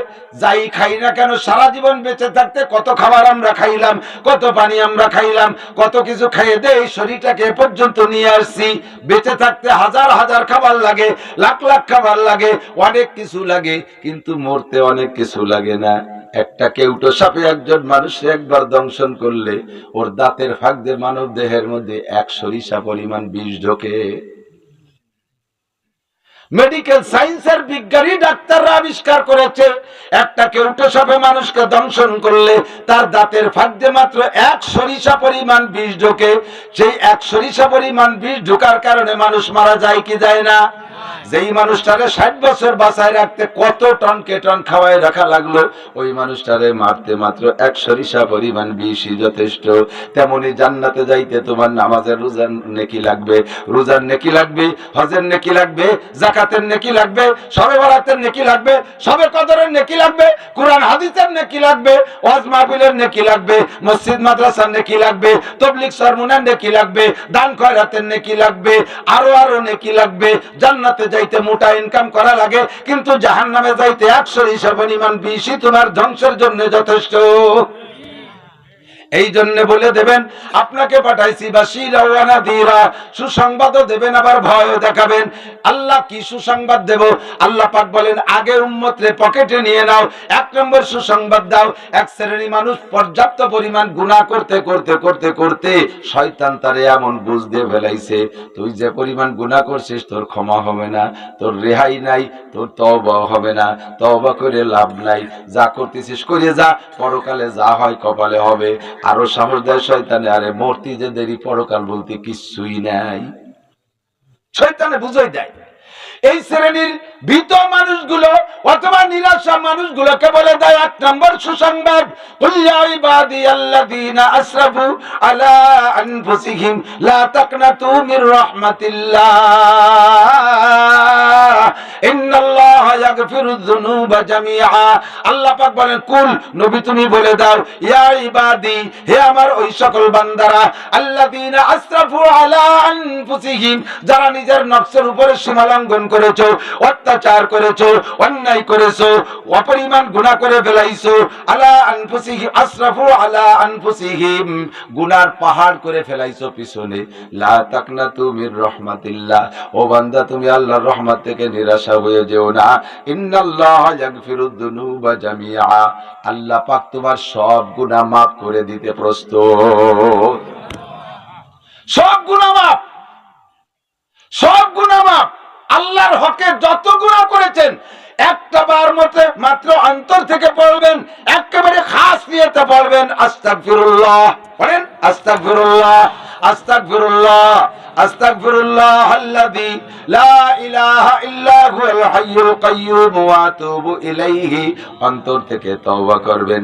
যেই তওবাই অন্তর থেকে তওবা করলে, একবার মুখ দিয়ে বলে অন্তর থেকে খালেস তওবা করলে, বিগত জীবনে যত গুনাহ করেছিলেন, আল্লাহ পাক বলেন নবী আর একটা বলে দাও, ইল্লা মান তাবা ওয়া আমানা ওয়া আমিলা আমালান সালিহান ফাউলাইকা ইউবাদদিলুল্লাহু সাইয়্যাতিহিম হাসানাত।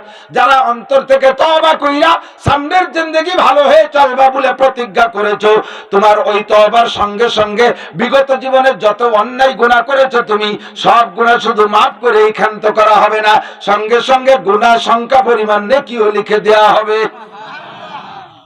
1000 কোটি গুনাহ করেছেন, তওবা করার সাথে সাথে 1000 কোটি নেকিতে পরিণত হয়ে যায়।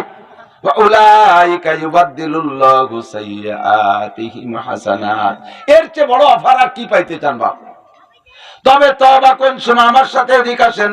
তওবা করার জন্য সময় আল্লাহ বলেন, ওয়ালাইসাতিত তাওবাতু লিল্লাযিনা ইয়ামালুনা সাইয়্যাত হাত্তা ইযা হাদারা আহাদাহুমুল মাউত ক্বালা ইন্নী তুবতুল আন। ওই সকল মানুষের ভাগ্যে তওবা হবে না, বা তাদের মুখের তওবা কবুল হবে না, অধিক তাদের ভাগ্যে তওবা হবে না, অথবা তাদের মুখের তওবা কবুল করা হবে না। লাইসাতিত তাওবাতু, তারা কারা? লিল্লাযিনা ইয়ামালুনা সাইয়্যাত, যারা বুঝে বুঝে গুনাহ করতেই তালে আছে। আরো এই অফার রে খুব কাজে লাগায়, যে হুজুর কইলো কোরআন শরীফের দলিল, এটা মিথ্যে না, যে যত গুনাহ করা হবে আস্তাগফিরুল্লাহ বললে সব গুনাহ পাল্টায় নেকি বানায় দেবে। কাজে এটা অল্পর মধ্যে একটা মোটা ইনকাম, এজন্য আগে গুনাহ করতে তালে থাই পাইকারি দরে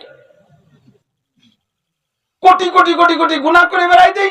আর গুনাহ করতে তো মজাও আছে, গুনাহ করতে মজাও আছে।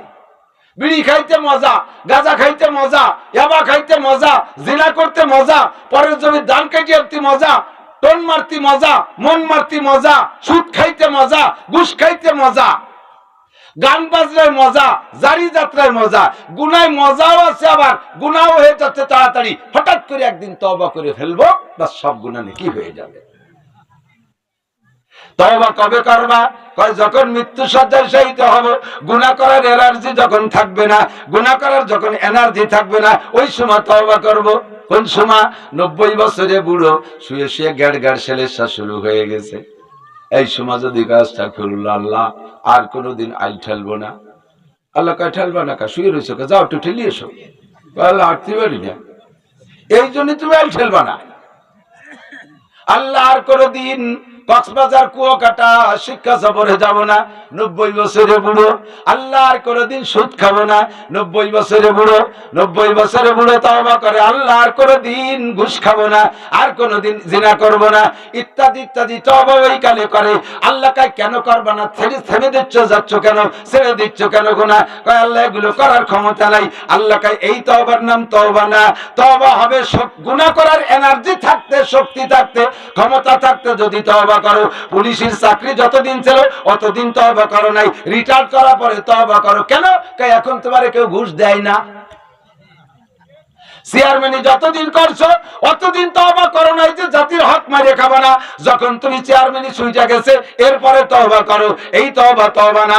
এখন তোমারে ঘুষ, তোমারে এই টন মারার সুযোগ দেয় না, তাই তুমি তওবা করো। কথা বলেন? 90 বছরে বুড়ো, 50 60 50 বছরে যৌবন শেষ হয়ে গেছে, বাকি কয়দিন বাইসে রয়েছে বোনাস। এই সময় এসে উনি তওবা করে, আর কোনোদিন এ কাম করবো না।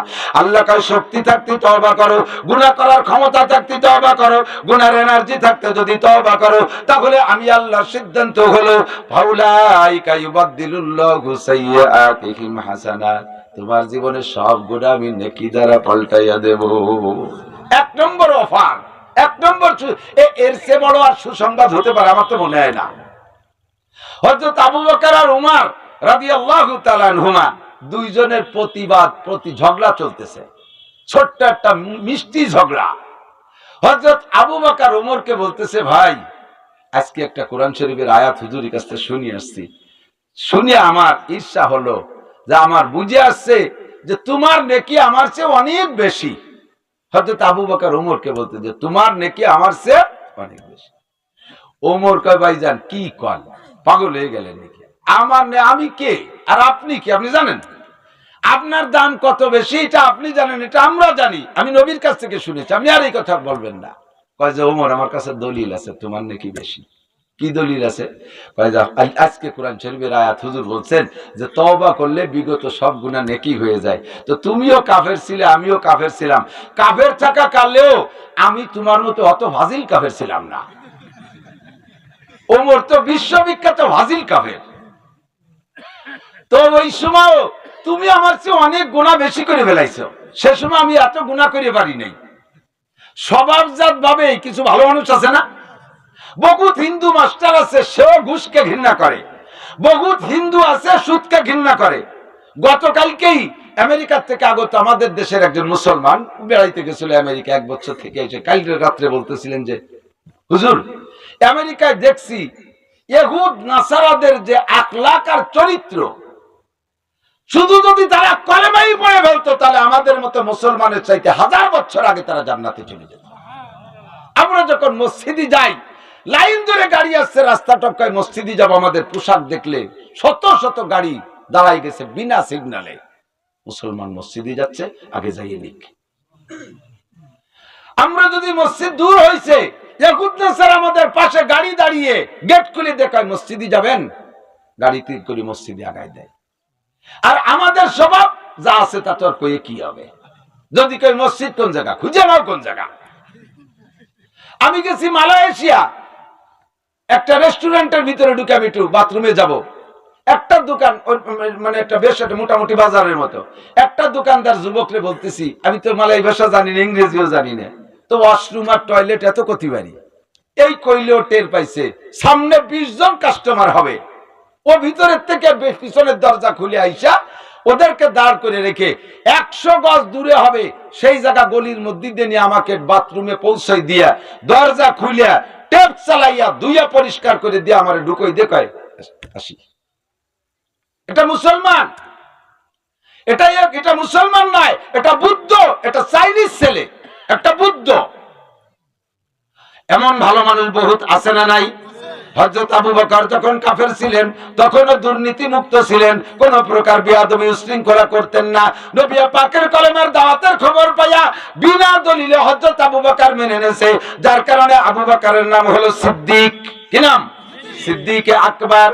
হযরত আবু বকর বলেন, ওমর, কাফের থাকাকালে তুমি আমার চাইতে বেশি গুনাহ করছো। ওমর, তওবা করার সাথে সাথে তোমার সব গুনাহ নেকি হয়ে গেছে, কাজেই তোমার নেকি বেশি। কোরআন শরীফের দলিল। হযরত ওমর বলেন, আলহামদুলিল্লাহ, খুশি হইলাম শুনে। তবে এবার আপনার সাথে একটু অদল বদল করতে চাই। আমার সারা জীবনের গুনাহ তো নেকি হইছে, মুসলমান হওয়ার পরে যা কামাই করছি সব আপনারে দেব, আপনার মোটে একটা রাত্রি নেকি আমারে দেবেন, এই পাল্টাপাল্টি করবেন নাকি খান। আমার কাছে কোনো দলিল বর্ষা নাই, দাগ কইতেন নাম্বার নাই। আমি একটা কথাই আপনার সাথে আসতে চাই, আপনি আসবেন। আমার সারা জীবনের গুনাহ তো নেকি হয়েই গেছে, আপনি দলিল দিয়ে বললেন, আর এরপরে মুসলমান হওয়ার পরে তো ইনকাম কম করি নাই, সব আপনারে দেব, আপনার এক রাত্রির ইবাদত দেবেন নাকি? হযরত আবু বকর বলেন, রাতটা কোনটা কয়? সব ওই রাত, যেই রাতটা কোনটা কয়? ওই রাতটা যেই রাত্রে আপনি নবী পাককে কাঁধে করে নিয়া হিজরতের উদ্দেশ্যে মক্কা থেকে বের হইয়া গাড়ে সৌরের মধ্যে পালাইছিলেন। যে পালানো 3 দিনের মধ্যে একটা রাত আপনাকে সাপে দংশন করেছিল, সাপের কামড় খাইও আপনি নবীর ঘুম ভাঙ্গেন নাই। ওই একটা রাতের নেকি আপনি আমারে দেবেন, আর আমার সারা জীবনের নেকি আপনারে দেব, পাল্টাবেন নাকি? হযরত আবু বকর বলে, ওমর চলো তাই হুজুরের কাছে যাই, মোট মাত্র একটা রাতের নেকি তো চাইছো, হয়তোবা কোনো সমস্যা হবে না, তবে শুনে নেই ওই রাত্রে আমার কয় গুণা নেকি হয়েছে, কয়শো নেকি হয়েছে, শুনিয়ে তারপরে পাল্টাই। মুখস্থ পাল্টালি যদি ঠকে যাই না জিতে যাই, কোয়া যায় না। চলো যাইয়া হযরত আবু বকর হুজুরকে বলতেছেন, হুজুর বিশাল একটা গনিমত ইনকাম অল্প সময়ের মধ্যে পেয়ে গেছি, হযরত ওমরের গোটা জীবনের নেকি আমারে দেবে, আর সে আমার এক রাত্রের নেকি চায়। হুজুর বলেন, আবু বকর রাত কোনটা, সবে কদর না সবে বরাত? কয় না হুজুর, হিজরতের রাত্রে যে রাত্রে আমার সাপে কামড়াইছিল ওই রাত্রের নেকি চায়, আর আমার ওর গোটা জিন্দেগির নেকি আমারে দেবে।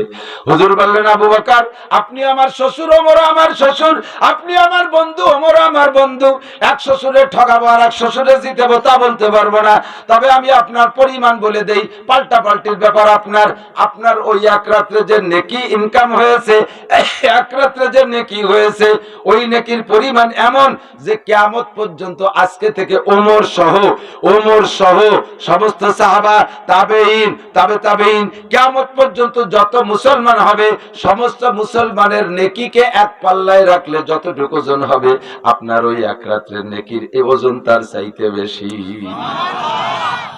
আপনি পাল্টাবেন না পাল্টাবেন আপনার ব্যাপার, আমি পরিমাণ। হযরত আবু বকর কয়, ভাই ওমর পাল্টাপাল্টি হবে না, আপনি যদি এইরকম ঠকা কেউ ঠকে নাকি? আমি পাল্টাইতে পারবো না। হযরত ওমর বলেন, আমি খুশি আছি যে আল্লাহ পাক আমার বিগত গুনাহগুলো নেকি দ্বারা পাল্টাইতেছে, তবে আমাদের মতো হাজার ওমরের চাইতে, লাখ ওমরের চাইতে আল্লাহ পাক আপনার মর্যাদা বেশি দিয়ে রাখছে। কথা বলেন ঠিক কি ঠিক না? এই মাত্র 2 রাত আগে নবী পাক মেরাজে গিয়েছিলেন, মাত্র 2 রাত আগে নবী পাক মেরাজে গিয়েছিলেন, আর সে আজিবে নবী পা রাখার সাথে সাথে আল্লাহ পাক ডাক দিছে, আবু বকর, আবু বকর। নবী গেছেন আরশে মেরাজে, আর আল্লাহ ডাকে আবু বকরকে। নবী বলেন, ইয়া রাব্বি আজা আবু বকরিন ক্বাবলা মাজিফিল আরশ, আল্লাহ আবু বকরকে আমার আগেই আরশে আজিমে চলে আসছে, আহু আফজালু মিন্নি, সে কি আমার চাইতে দামি? আল্লাহ বললেন, না বন্ধু, আবু বকর তোমার চাইতে দামি না, তোমার চাইতে আগে জান্নাত আরশে আজিম বসে আসে নাই, কেউ আজ পর্যন্ত আসে নাই, আমার আরশের মেহমান একমাত্র তুমি ছাড়া আর কেউ না। আল্লাহু আকবার। আদম নবীর আরশে উঠতে দেই নাই, ইব্রাহিম নবীর আরশে উঠতে দেই নাই, নূহ নবীর উঠতে দেই নাই, মুসা ঈসা আলাইহিস সালামকে উঠতে দেই নাই, আমার আরশের একমাত্র মেহমান তুমি। আবু বকর আসে নাই, তবে আবু বকরকে ডাকলাম, আর আবু বকরও ডাক শুনে কয়, লব্বাইক আল্লাহুম্মা লব্বাইক। নবী পাক আবু বকরের আওয়াজ তো চেনে জানে, আওয়াজ শুনে থকে গেছে যে আবু বকরেরই কণ্ঠ। আল্লাহ পাককে বললে আল্লাহ জবাব দিচ্ছেন, বন্ধু এটা আমার পার্সোনাল আবু বকর, এটা তোমার দুনিয়ার আবু বকর না। ঘটনা কি আল্লাহ? যেদিন আবু বকর তোমারে ভালোবেসেছে, তোমার প্রতি ঈমান আনছে, তুমিও তারে বন্ধু হিসেবে গ্রহণ করে নেছো, তোমাদের দুইজনের দোস্তি আর বন্ধুত্বটা আমার কাছে অত্যন্ত ভালো লাগছে, এত ভালো লাগছে, এত ভালো লাগছে যে আমি এখানে একজন আবু বকর না বানাই পারি নাই। তোমার দুনিয়ায় আবু বকর আছে, তুমি তারে দেখো আর ডাকো, আমি সেই থেকে নিয়ে একটা আবু বকর এখানে বানাই নিয়েছি। তোমার আবু বকরের যেই চেহারা আমার আবু বকরের ওই চেহারা, তোমার আবু বকরের যে আওয়াজ আমার আবু বকরের সেই আওয়াজ। তোমার আবু বকরকে যতবার ডাকো আমার আবু বকরকে অতবার ডাইকে আমি তৃপ্তি গ্রহণ করি। জোরে কন্যা সুবহানাল্লাহ। এই হলেন আবু বকর।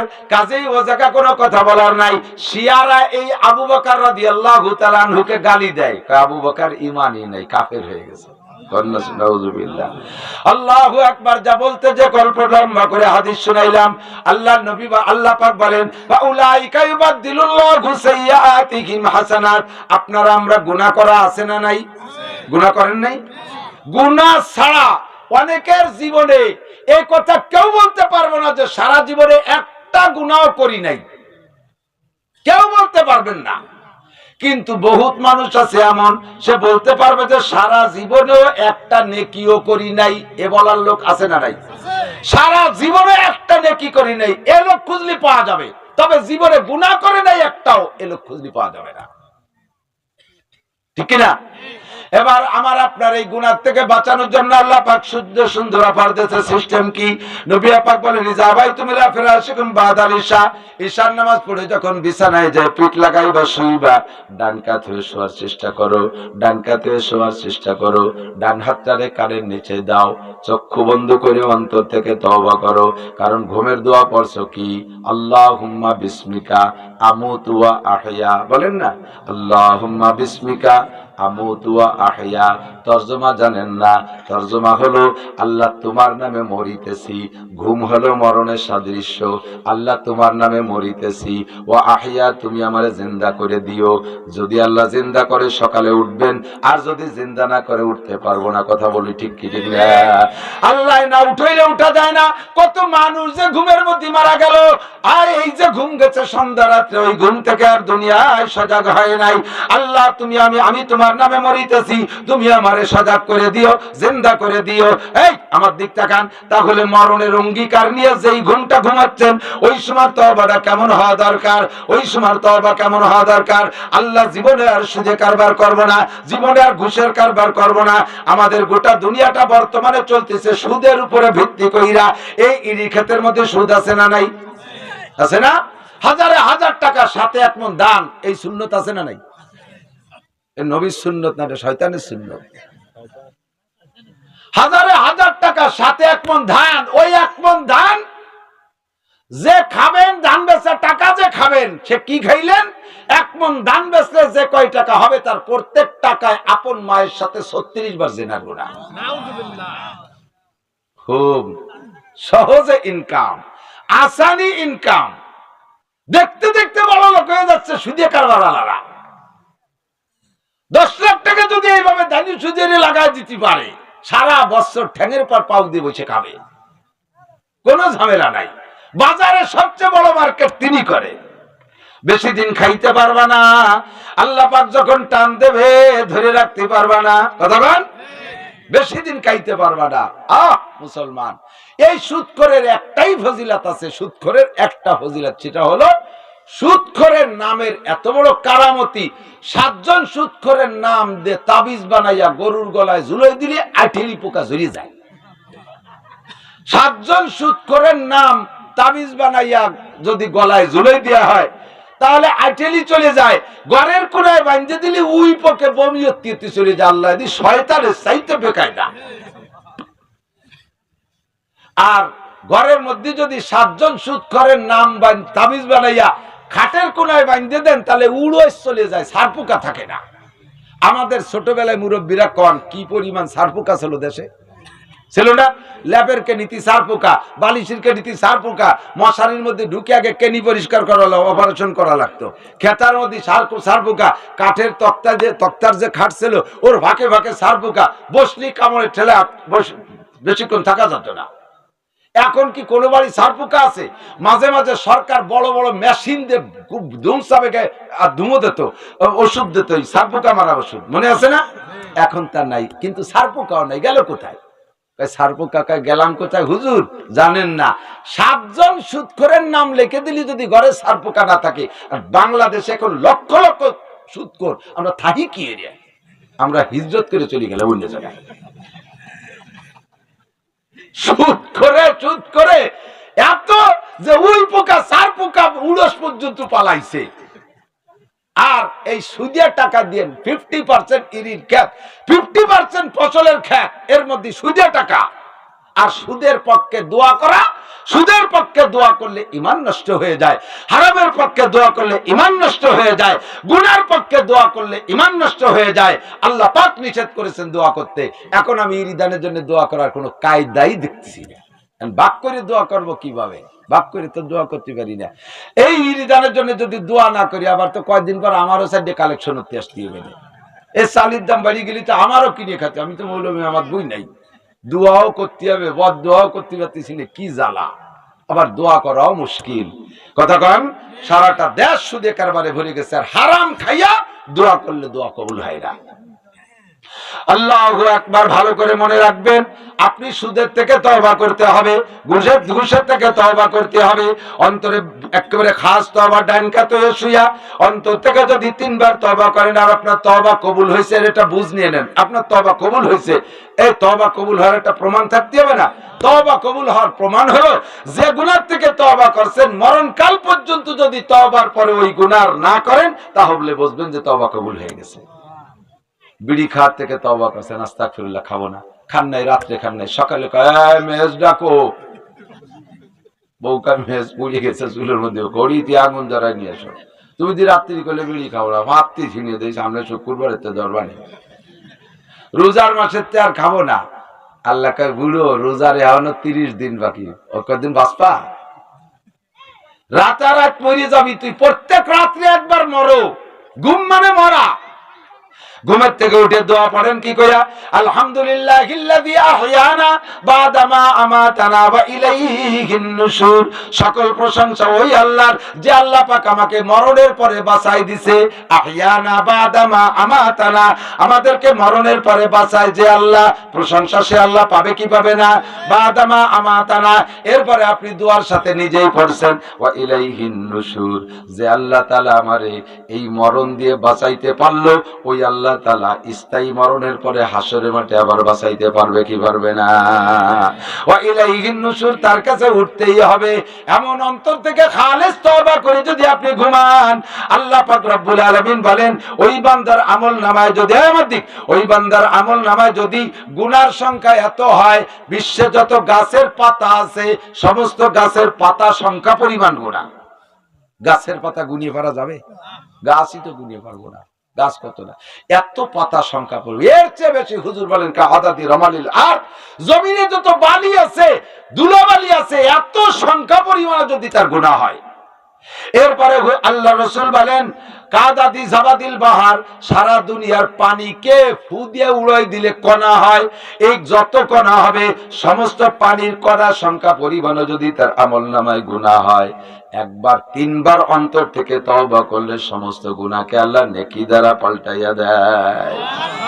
ফাউলাইকা ইউবাদদিলুল্লাহু সাইয়্যাতিহিম হাসানাত। এখন ফামান শাআ ফালইউমিন ওয়া মান শাআ ফালইয়াকফুর, যার মনে চায় মানেন, যার মনে চায় না মানেন না। তওবা করতে মনে চাইলে করেন, তাহলে আপনার কপাল খুলে যাবে। আর যদি মনে করেন আর কিছুদিন কাম করে নেই, তাহলে তওবা হয়তো নসিব নাও হতে পারে। আচানক মরণ হয়ে যাবে, তওবা করতে পারবেন না। অ্যাক্সিডেন্ট মরণ হয়ে যাবে, তওবা করতে পারবেন না। হঠাৎ এমন টাইমে এমন ভাবে স্টপ করছে যে আস্তাগফিরুল্লাহ পড়ার সময় পান নাই, আর জীবনে তওবা হবে না। গুনার বোঝা নিয়ে যাইতে হবে। একটা গুনার কারণে 7000 বছর জাহান্নাম রে বাবা, 7000 বছর দেখ জাহান্নাম, সত্যি সত্যি কান তেলছে হয়ে গেছে। হুজুররা তো কবেই জাহান্নাম, জাহান্নাম কি? আল্লাহু আকবার। দুনিয়ার আগুনের চাইতে 99 গুণ বেশি পাওয়ারওয়ালা জাহান্নামের আগুন। মনে মনে ভাবতেছো দুনিয়ার আগুনের মধ্যে পড়লেই তো 2-3 মিনিটের মধ্যে শ্বাস বর্ষ ছাই হয়ে যায়, আর তো কোনো ঝামেলা থাকে না। তাহলে ও জায়গায় এত পাওয়ারওয়ালা আগুনের মধ্যে পড়তে যে দেরি, শেষ হইতে দেরি নেই, আর তো কোনো টেনশন থাকলো না। আল্লাহ কায় কুল্লামা নাদিজাত জুলুদুহুম বাদদালনাহুম জুলুদান গায়র, প্রত্যেক মুহূর্তে মুহূর্তে তোমার শরীরের রক্ত মাংস পোড়াইয়া শেষ করে দিয়ে আবার সেকেন্ডে আর একটা নতুন বডি বানাই দেওয়া হবে। আগের বডিতে যে পরিমাণ অনুভূতি শক্তি ছিল, দ্বিতীয় বডিতে তার চেয়ে 100 গুণ অনুভূতি শক্তি হবে। তুমি এ কথা মনে করো না অনেকদিন পূর্তি পূর্তি বুঝি সয়ে যাবে। তুমি এ কথা মনে করো না একবার পোড়া দিলি বুঝি নিঃশেষ হয়ে যাব। কোনোদিনও হবে না। তোমাদের সামনে 2টা প্রাণীকে লড়াইতে লাগাই দেওয়া হবে। দুনিয়ায় লড়াই করাইছেন, একটা গরু জিতছিল, একটা গরু ঠকে গেছিল, ঠকা গরুটা মাইর খাইছে। দুনিয়া আরো প্রতিশোধ নিতে পারে নাই, কারণ দুইজন তো এক জায়গায় বসবাস করে না। একটা আইছে নড়ালিতে, আর একটা আইছে গোপালগঞ্জেতে, লাগাই দিয়েছেন যে দিগেলের মাঠে। মারামারি ওই যার যার বাড়ি চলে গেছে। ওরা তো কোনোদিন সাক্ষাৎ হয়নি, কোনো হাটে বাজারে দেওয়া হয়নি যে গুতোটা শোধ দেবে। কিন্তু আল্লাহর সৃষ্টি মখলুক, একটা ঠগলো মাইর খাইলো, আর একটা জেতলো। ঠগাটা ঠগলো কেন? আল্লাহ তারে দুনিয়ায় দুর্বল বানাইছে। জিতাটা জেতলো কেন? আল্লাহই তারে শক্তিশালী বানাইছে। কাজেই আল্লাহ পাক একটারে দুর্বল, একটা শক্তিশালী বানানোর কারণে দুর্বলটা মাইর খাইলো। এ জায়গায় আল্লাহ পাক ইনসাফের ময়দান কায়েম করবেন হাসরের মাঠে। দুনিয়ার দুর্বল গরুটারে শক্তিশালী বানাই দেবে, আর শক্তিশালীটারে দুর্বল বানাই দিয়া এবার বলবে তুমি শোধ নাও, তুমি প্রতিশোধ নিয়ে নাও। এই গুতগুতি করতে করতে ওষুধ নীতি নীতি নীতি নীতি চোখের সামনে মাটি হয়ে যাবে, দুটি আর অস্তিত্ব থাকবে না। তখন এই জাহান্নামে পুরা কাফেররা বলবে, সূরা নাবার শেষ আয়াত, ওয়ায়াকুলুল কাফিরু ইয়া লাইতানি কুনতু তুরাবা। ওই সময় কাফেররা বলবে, বেঈমানরা বলবে, আমরা যদি এরকম মাটি হয়ে যাইতাম, প্রাণীর মতো, গরুর মতো যদি মাটি হয়ে যাইতাম, নিঃশেষ হয়ে যাইতাম, আমাদের কপাল ভালো ছিল। আল্লাহ পাক বলবেন, না, তোমাদের এরকম করা হবে না, কোটি কোটি বছর জাহান্নামের মধ্যে পড়তে থাকবা বন্ধু, এর কোনো শেষ হবে না। কাজেই এক্ষুনি তওবা করে রেডি হয়ে যাও। 1 নম্বর সুসংবাদ, মাথায় মাথায় কয়ে যায়, সময় কম, আমার দূরে যেতে হবে। 2 নম্বর আরেকটা সুসংবাদ, আমার দিকে দেখেন। 2 নম্বর সুসংবাদ, জীবনে নামাজ কালাম যা পড়বো, কোন জায়গা, জোরে বলেন, কোথায় পড়বো, কোন জায়গা পড়বেন? একটু কষ্ট করে মসজিদে যান বাপ। আমি এই ওয়াজগুলো সবই করেছি, আমার ওয়াজ এ টু জেড যদি ইউটিউবে দেখেন, আমার আর ওয়াজ করা লাগে না, সব ওয়াজ আছে। মসজিদে যান না অলসতা করে, অথচ ওই মোড়ে বাজার 2 কিলোমিটার, সেই জায়গা জানে খালি ডিম কিনতি। বৃষ্টি নামতেছে, মসজিদে যান না। হাদিস একটা কোন জায়গাতে সংগ্রহ করছেন যে নবী পাক বৃষ্টির মধ্যে সাহাবায়ে কিরামদেরকে বলছে, সল্লু ফি রিহালিকুম, যার যার ঘরে নামাজ পড়ে, এত বড় বৃষ্টির মধ্যে মসজিদে আসার দরকার নেই। তো মসজিদে যাইতে নিষেধ করলো, বৃষ্টির কারণে বাধায় মসজিদে গেলেন না। সেই বৃষ্টির মধ্যে বিলি কই মাছ উঠছে, সে সময় দিয়ে এবার এক করে নেয়াজ উচরে কাছাই দিয়ে দৌড়ে চলে যান। বৃষ্টির মধ্যে মসজিদে যান না, হাদিস দেখা তো নবী কি কইছে যে বৃষ্টি নামলেও কই মাছ ধরা যাবে নামাজ না পড়িয়ে। বৃষ্টির মধ্যে যদি কোনো চেয়ারম্যান বলে যে এই জায়গায় আসলে পারা 5000 করে টাকা দেবো, সব বুড়ো বুড়ো এক সাইডে কাছাই দিয়ে দৌড়বেন, তাতে অলসতা নাই। 1 হালি ডিম বাড়ির কাছে দোকানে 2 টাকা বেশি চাইছে, বুড়ো খোড়াতি খোড়াতি ওই কি কয় জাঙ্গালে চলে গেছে, সে জায়গা 2 টাকা লাভে ডিম কিনে নিয়েছে। 1 হালিতে এ জায়গা চাইছিল 40 টাকা, ওখানে যে পাইছে 38 টাকায়। খুশিতে বুড়ো বাঘ 2 টাকা জিতে আইছে, হালিতে 2 টাকা। আসার সময় ভ্যানে আইছে 30 টাকা দিয়ে, ওইতে চা নাস্তা খাইয়ে দিয়ে 50 টাকা খরচ, কিন্তু লাভ করছে 2 টাকা। 1 হালি ডিমই 2 টাকা লাভ করছে, যাইতে আসতে ভ্যান আর নাস্তা দিয়ে 50 টাকা চলে গেছে, সে কথা হুশ নাই। লাভ যে 2 টাকা হয়েছে এটা ভালো বোঝে। মসজিদে যে নামাজ 1 ওয়াক্ত জামাতে পড়লে 1 ওয়াক্তের বিনিময় 527 ওয়াক্ত নামাজের সব অতিরিক্ত পাবেন। 527 ওয়াক্ত নামাজ প্রায় পাশাপাশি। আমি তো শুনি, এই যে শুরুতে দুরূদ শরীফ পড়াই না, এই দুরূদ আমি খুব লক্ষ্য করে শুনি, অনেকের ডাই আমার কানে আসে। 99% পাবলিক আপনারা আপনাদের মাদ্রাসায় পড়ে যারা কোরআন শরীফ পড়া শেখেন নাই, আপনাদের সূরা ফাতিহা ভুল, আপনাদের আজান ভুল, আপনাদের ইকামত ভুল, আপনাদের আত্মায়াতু দোয়া দুরূদ ভুল। আসেন আমার একটু শুনান, আল্লাহুম্মা সাল্লি আলা মুহাম্মাদিন ওয়া আলা আলি মুহাম্মাদ কামা সাল্লাইতা, কাতে টান হবে না, আমি শুনি যে কামা সাল্লাইতা, এরকম কয় কামা সাল্লাইতা। এই কামা সাল্লাইতা কলি দুরূদের কোনো তরজমাই থাকলো না, বাতিল। আল্লাহু আকবার, আল্লাহু আকবার, আপনি কর আল্লাহু আকবার, আল্লাহু আকবার। আল্লাহ কয় যে কি কইছিস, কি একটু যা এক জায়গায় শিখিয়ায়, সময় নাই, দান নিড়েতি আয়, দানের বইসা আটকাতি আয়, আর যেটুক সময় পাই বিকেল বেলা একটু চাটা খাতি হয়, তুমি আল্লাহ বোঝো না, আল্লাহ রে বুঝাই দেয়। মহিলা তোমার কি হালাত, কাল লাইট ইউটিউব টেলিভিশন কত তা আছে, একটু সময় তো যাই, তুমি তো বোঝো। আল্লাহকে খুব ভালো করে বুঝি, বুঝাবুঝি হবে, খালি আমার রেঞ্জের মধ্যে আয়, যাজরা করে ফেলাই দেবো তোর কবরের মধ্যে ফেলাইয়া গুলি করিয়া। হ্যাঁ, ইন্না বাতশা রাব্বিকা লাশাদীদ, তোর রবের ধরা বড় কঠিন, যেদিন ধরবো সেদিন ছুটতে পারবি না, ফুর্তি আর খুশি সব শেষ করে ফেলাই দেবো। আজরাইল যখন এসে চোখের সামনে দাঁড়াবে রে বাপ, এই আজরাইল নাম শুনছি জীবন ভরে, মরা ছাড়াতে তার সাথে দেখা হয় না, আর যার সাথে একবার দেখা হয় তারে আজরাইল আর বাঁচায় রাখে না। আল্লাহ তাআলা আজরাইলকে ওই সময় দেখা দেয় যে সময় পরে তার টাইম শেষ। কতক্ষণ, বডিটা কত বড়, চেহারাটা এমন বিকট, আল্লাহু আকবার। সারা দুনিয়ার সমস্ত পানি আজরাইলের মাথায় ঢেলে দিলে পানি মাথার থেকে বাইয়ে চুলির আগা পর্যন্ত আসে না। এত বড় বডিওয়ালা একটা মানুষ, এত বডিওয়ালা বড় একটা মানুষটা একটা ফেরেশতা মানুষ। এই ফেরেশতারা মুমিনের সামনে একটা নুরানি রূপ নিয়ে আসে, আর বেঈমান বেআমলদের সামনে এমন একটা চেহারা নিয়ে আসে, তার দাঁত, তার চোখ, তার হাতের নখ, তার চেহারা দেখলেই অজ্ঞান হয়ে যায়। দেখেন, একটা মুরগিও জবই দিয়ে ছাড়ি দিলি খানিক লাফালাফি করে না? মরার সময় মুরগি লাফায় না? একটা গরু জবই দিয়ে দিলি, জবই দেওয়ার সাথে সাথে কি ঠান্ডা হয়ে যায়? ঠান্ডা হয়ে গেছে মনে করি তার পার খুর কাটতে যাই, তাই যে লাথি মারে, দাঁতে লাগলি গোষ্ঠী শুধু শীত, ঠিক না? তো গরুটাও মরার আগে ছাটাছাটি করে, মুরগিটাও ছাটাছাটি দাফাদাফি লাফালাফি করে, মানুষটা মরার সময় তো এরকম করে না। কেন করে না? চারজন ফেরেশতা এসে এমন ভাবে টাইট করে বাঁধে ধরে যে তুই নড়ারও ক্ষমতা থাকবে না, জানটা বের করে নেবে, শুধু ঘুরাই ঘুরাই তাকাবি। সেই যে কষ্ট, এটা অনুভব করতে পারবেন না একমাত্র মরা ছাড়া। আমরা বলি কিভাবে? কুরআন হাদিসে যেভাবে পাই সেভাবেই আমরা ব্যক্ত করি। আজরাইল, স্বয়ং আজরাইলকে আল্লাহ বলবেন আখেরি বার, আজরাইল এবার তোমার জানটা তুমি দাও। আজরাইল বুকের পর একটা থাবা মেরে মুঠ করে টান দেবে, ওই সময় জানটা হাতের সাথে বেরোয় যাবে। ওই সময় আজরাইলের মনের অজান্তে জীবন জান বেরোনোর যে কষ্ট, এতে এমন একটা বিকট শব্দে একটা চিৎকার মারবে, যদি সারা দুনিয়ার সমস্ত ফেরেশতা এবং জিন এবং সমস্ত মখলুক বেঁচে থাকতো, আজরাইলের ওই বিকট শব্দে সব কলিজা ফেটে মারা যাইত। জানটা বেরোনো বিশাল কষ্টের ব্যাপার।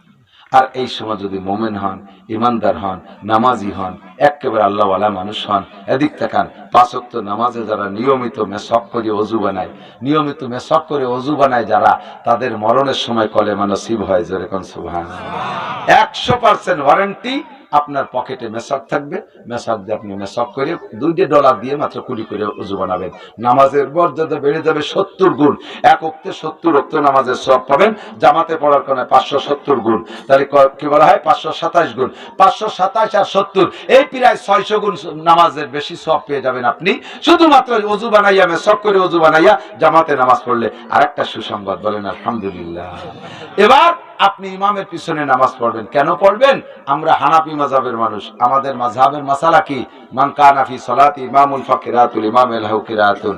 যার নামাজে ইমাম আছে তার ইমামের কিরাতি কিরাত, তাইতে ইমাম জোরে পড়ুক আর আস্তে পড়ুক, মুসল্লিদের কিছু পড়া লাগবে না। তো আরে ভাই, ফরজ নামাজ যাতে ইমামের গাড়ি উঠিয়ে দিয়ে বেঁচে গেলাম, কতক্ষণ ফরজ নামাজ যাতে এড়াই গেলাম।